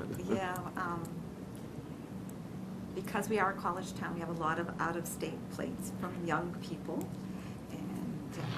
And actually, this college is not too far around here as well. But, so I'm sure you know, because you've been in the business, that out-of-state license, not plates, driver's license, do not count as proof of ID. You Yes. need a Massachusetts, military passport, and something else you can get from the registry, I believe. Those are the only ones that really count. So if you accept an out-of-state driver's license, and later it's found out that that person was underage, we might hold you responsible. If you did have a machine that was, and it passed that, I think the board would show a little bit more leniency, because you went above and beyond. We're not telling you must buy a machine, but it might be to your advantage, because they're making really good fake IDs now. So I guess what we're trying to say is fair warning. And I'm sure, you have a child and you have a family, and you know the importance of people who, who have the right to be purchasing liquor and those who do not, so. Yes. No, we won't get into that point. We are looking more into the families and more adult customers and more into I don't want to use the word, but it is more high-end product and more organic in local grapes and wines and beer. So hopefully, and I hope, and I should look at it in that machine to buy it, but we're really not into the business. They sell massive beer and wines. But, some of these kids might really like that whole organic piece, but, yeah. We all been there in that. So, Yeah. as the chairman said, you're tip certified, all of that is good, so just Sure. be very careful with the driver's Absolutely. license. Yes, especially if we're too close to the Merrimack Club. Yes. Okay. Opening a local business. So, great food, hit it last night for dinner, you do well. And I think that the town of North Andover's been eagerly waiting for you to open. So, Thank you, yes, I think so too, and great job in the farmer market. that's because of you guys. So with that, I would say that the Board of Selectmen should not be an impediment to this local business opening, and I would motion that we approve Mr. Alonso's license. Second. Okay, so we have a motion and a second. Any further discussion? All those in favor? Aye. Thank you Opposed? so much. So what is your date, what's your expected date to Now open? we're focusing in September, September? first week of September, yeah. Wow, well, good luck, and as you probably know, we have a very active Merchants Association in town, so, Yeah. Try to get involved with them. Yes. And thank you for your participation in the farmers market every week. Thank you so Appreciate much. it. Okay, thank you. Thanks for waiting. Yeah. Okay, next we have a request from Catherine Bebo of the Stevens Coolidge Place for an entertainment license for this coming, I believe, Saturday night, for a concert that they'll be having on the Stevens Coolidge property. So this is for a one-day entertainment license. It's the annual entertainment license. I'm sorry, this is an annual? I'm sorry. Yeah. Say that again? The first one's an entertainment license. Right. The second one's a one-day liquor. Oh, so this is, I'm sorry, this is a new request for for an annual, entertainment license. So this will cover them the entire year. Okay. Any questions? There's nobody here representing, so I'm going to assume, so far everything is in order. I was at a concert there last night, very nice venue for a concert, I can guarantee that. Do we have a motion? Mr. Chair, move that the Board of Selectmen, acting as licensing commissioners, approve the entertainment license for Stevens Coolidge Place as presented. Second. Second. All those in favor? Aye. Aye. Opposed? So I guess they operated without a license last night. I think of that. You gave me 1 day. We gave them a 1 day, okay, thank you. Mr. Yeah. Licensing Chair, who was Yeah, there. and who's there, enjoying the concert. Just having a lot of fun. Monitoring. I sent Phil a picture. Several. Okay, so the next agenda item is for a one-day beer and wine license, wine and malt license for that concert on June 23rd, 2018, from 4 to 7. It looks like we have a favorable recommendation from the police department, fire department, and the building inspector. Mr. Chair, I move that the Board of Selectmen, acting as licensing commissioners, approve the one-day wine and malt license for picnic concert at Stevens Coolidge Place on June 23rd, 2018, from 4 to 7 p.m. So we have a motion, do we have a second? Second. All those in favor? Aye. Opposed? Okay, so they're all set.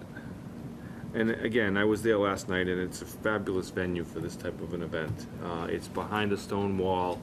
It's it's a family-friendly event. There was kids there, there were dogs, there were all kinds of families with picnic lunches and everything else. So I highly recommend it. Was there a fee involved to go? Was there a fee? Is that part of the? There's a fee, and there's a reduced fee if you're a member of the trustees of the reservation, and then there's a higher fee if you're not. But yesterday, Father's got it for free. Oh, nice. So, Kudos Okay. to them, because everybody that's been going to all these events they've had recently has been raving about them, Yeah. so they've got great staff. well, I think it's become a great use of an underutilized Yeah. property in the Yeah, past. exactly. I mean, It's a gem. I think, like I've always said, for the first 50 or so years that I've lived in this town, I never set foot behind those walls. And now, just in the You're past there couple of every months, week? I've been in Yeah. a lot, and it's really a great. fantastic venue. So I encourage people to get out and enjoy it. Even if there's nothing going on there, just walk around the gardens, because they're Yeah, the gardens are fantastic. beautiful. And they even let you. Okay, so the next one is to support the 4th of July, is a request of Andrew Lee of Beer Mobile, Inc. for a one-day wine and malt license for the Booster Club Road Race on July 4th, 2018, from 8 a.m. to 2 p.m. Mr. Chair, can I just ask a point of clarification? I just want to make sure it's not late and I'm not having a brain fart. Earlier in the agenda this evening, we approved them for July 4th, right? That's correct? They want to do it on the actual day and not in conjunction with the festival committee's events? Okay, Right. I just wanted to make sure. Yeah, this is July 4th also. Yeah, I looked at that and I looked back at the agenda and it also said July. Make sure you're drinking and running on the same day. Yeah. I do neither. Well, I know. On the same day. That's I'll leave it at That's that. good, just to add that in. Throw it in there. I'm not a runner. Okay. Athletics. So we have favorable recommendations have been given by the police, fire, and building inspector. This is the same company that provided the services last year at the 4th of July event, so they're aware of what they need to do there. I believe they're also the same company that provided last night's beverages. So I will hear a motion. One move approval. Second. Okay. Any discussion? All those in favor? Aye. Opposed? Okay. And then finally, we have two license requests from Small Lac Farms. One is for a one-day wine and malt license for a corporate event or a corporate dinner on July 12th from 4:30 to 7:30. And the second is a one-day all-alcohol license for a bar mitzvah on July 28th from 4:30 to 10 p.m. So, let's see, July, what date is July 28th fall on? Is that a Saturday? Okay. We're, just to, so I can be reminded, their entertainment license goes until Saturday. this Saturday. And their entertainment license goes until 9 or 10? 10 on Friday, okay. I just want to make sure they're in alignment. Okay. So those two license requests are from Butlers and Bars for events at Smollett Farms. And do we have a motion? Move approval. Second. We have a motion and a second. All those in favor? Aye. Opposed? Okay. Motion to move out of licensing? Move to close the meeting of North Andover Licensing Commission. Wow, that was official. Motion and a second. Any discussion? All those in favor? Aye. Okay. We're back Thank under you. regular session. We have no old business on the agenda this evening. Any new business? There's none listed. And the next item on the agenda is board reorganization. And so every year we practice what we preach, you could say, where we encourage our boards to rotate their chairmanships as their colleagues on the school committee and Board of Selectmen try to do. And so this is our annual reorganization. It has been a pleasure serving as chairman this year under a special and regular town meeting. Thank you for the privilege, my colleagues. May my successor not have to go through multiple town meetings next year. So I would entertain a motion for chair. I would move that Regina be our chair for next year. Motion made by Selectman Smedili for Regina Keane. And I will gladly second that motion. Seconded by Selectman Valencourt. All in favor? Aye. Aye. Aye. Do I vote for myself? Yes, Any Well, you can opposed? oppose Hearing it. none? Yeah. Right, I was going to say, you know, You might often wanna think of oppose opposing it. it. Yeah. It's too late. You know what, and then we didn't even have a chance to accept it, we just went right forward. We then have clerk on the agenda. So actually, I jogged my memory, so we hand the gavel at the end of the meeting? Yeah, you or get does to Regina finish. just want You to gotta- jump you in? get to You're finish. chair to the meeting. This takes effect the next meeting. I can't remember from last year. So nomination for the position of clerk with the Board of Selectmen. I'll nominate Phil for clerk. Motion made by Second. Selectman Valencourt, seconded by Selectman Keane. I accept. All in favor? Aye. All opposed? Thank you. Nomination and vote for licensing chair is next on the agenda. I will move that we nominate Chris as licensing chair. I'll second that. Motion made by Selectman Keane, seconded by Selectman Smedili. Do you accept the nomination, Mr. I Ginobili? do, sir. It's a fun position. All in favor of Mr. Nobley serving as licensing chair, say aye. Aye. All opposed? Hearing none, congratulations to Mr. Nobley. And then nomination and vote for the appointment subcommittee. Well, I'll follow up with a nomination for Chris again for appointment subcommittee. A nomination made by Selectman Valencourt, Second. seconded by Selectman Keane for Mr. Nobley to continue on the appointment subcommittee. You've done a really good job of putting some structure in there, so I appreciate the time. Having served on it before, I appreciate the time you both have put in this year, and thank you for continuing to serve. All in favor? Aye. All opposed? Hearing none, Selectman Nobley has a slot on the appointment subcommittee. There is a second slot on this appointment subcommittee, otherwise it would be a subcommittee of one. Well, I'd like to return the favor and would like to nominate Selectman Valencourt to join me on the hunt. I will second that. Mr. Valencourt's been nominated by Selectman Nobley, seconded by Selectman Keane. Do you accept? Yes, I'll accept. All in favor of appointing Selectman Valencourt? Aye. Aye. All opposed? Hearing none. Thank you, Selectman Valencourt. And excellent. So, final item on the agenda is public comment. Oh, my Helen, goodness you stayed up all gracious. night. Helen. Doing your best Stan Limpert imitation. Much.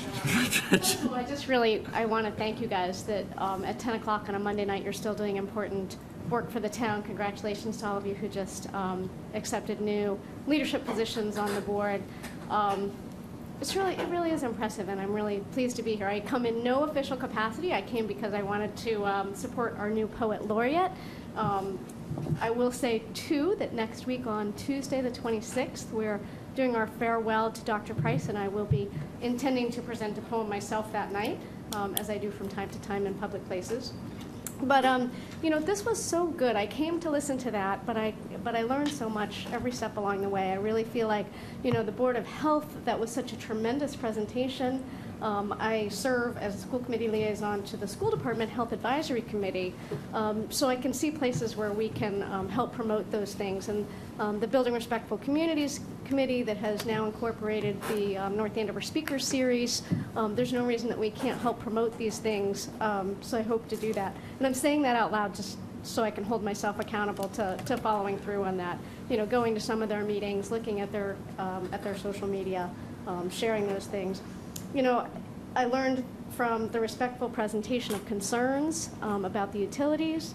I learned from the respectful way you guys presented different perspectives on policies. And I appreciated the conversation that you had about IDs. I have two young sons, one who is of legal drinking age and one who is not. And anytime a clerk stops a young person from breaking the law, it's a certain benefit to that young person, but also to all of us. So I really do appreciate the work that you do. And since I was here, I thought I'd just stand up and tell you how much I appreciate you. Thank you. Thanks for staying to say that.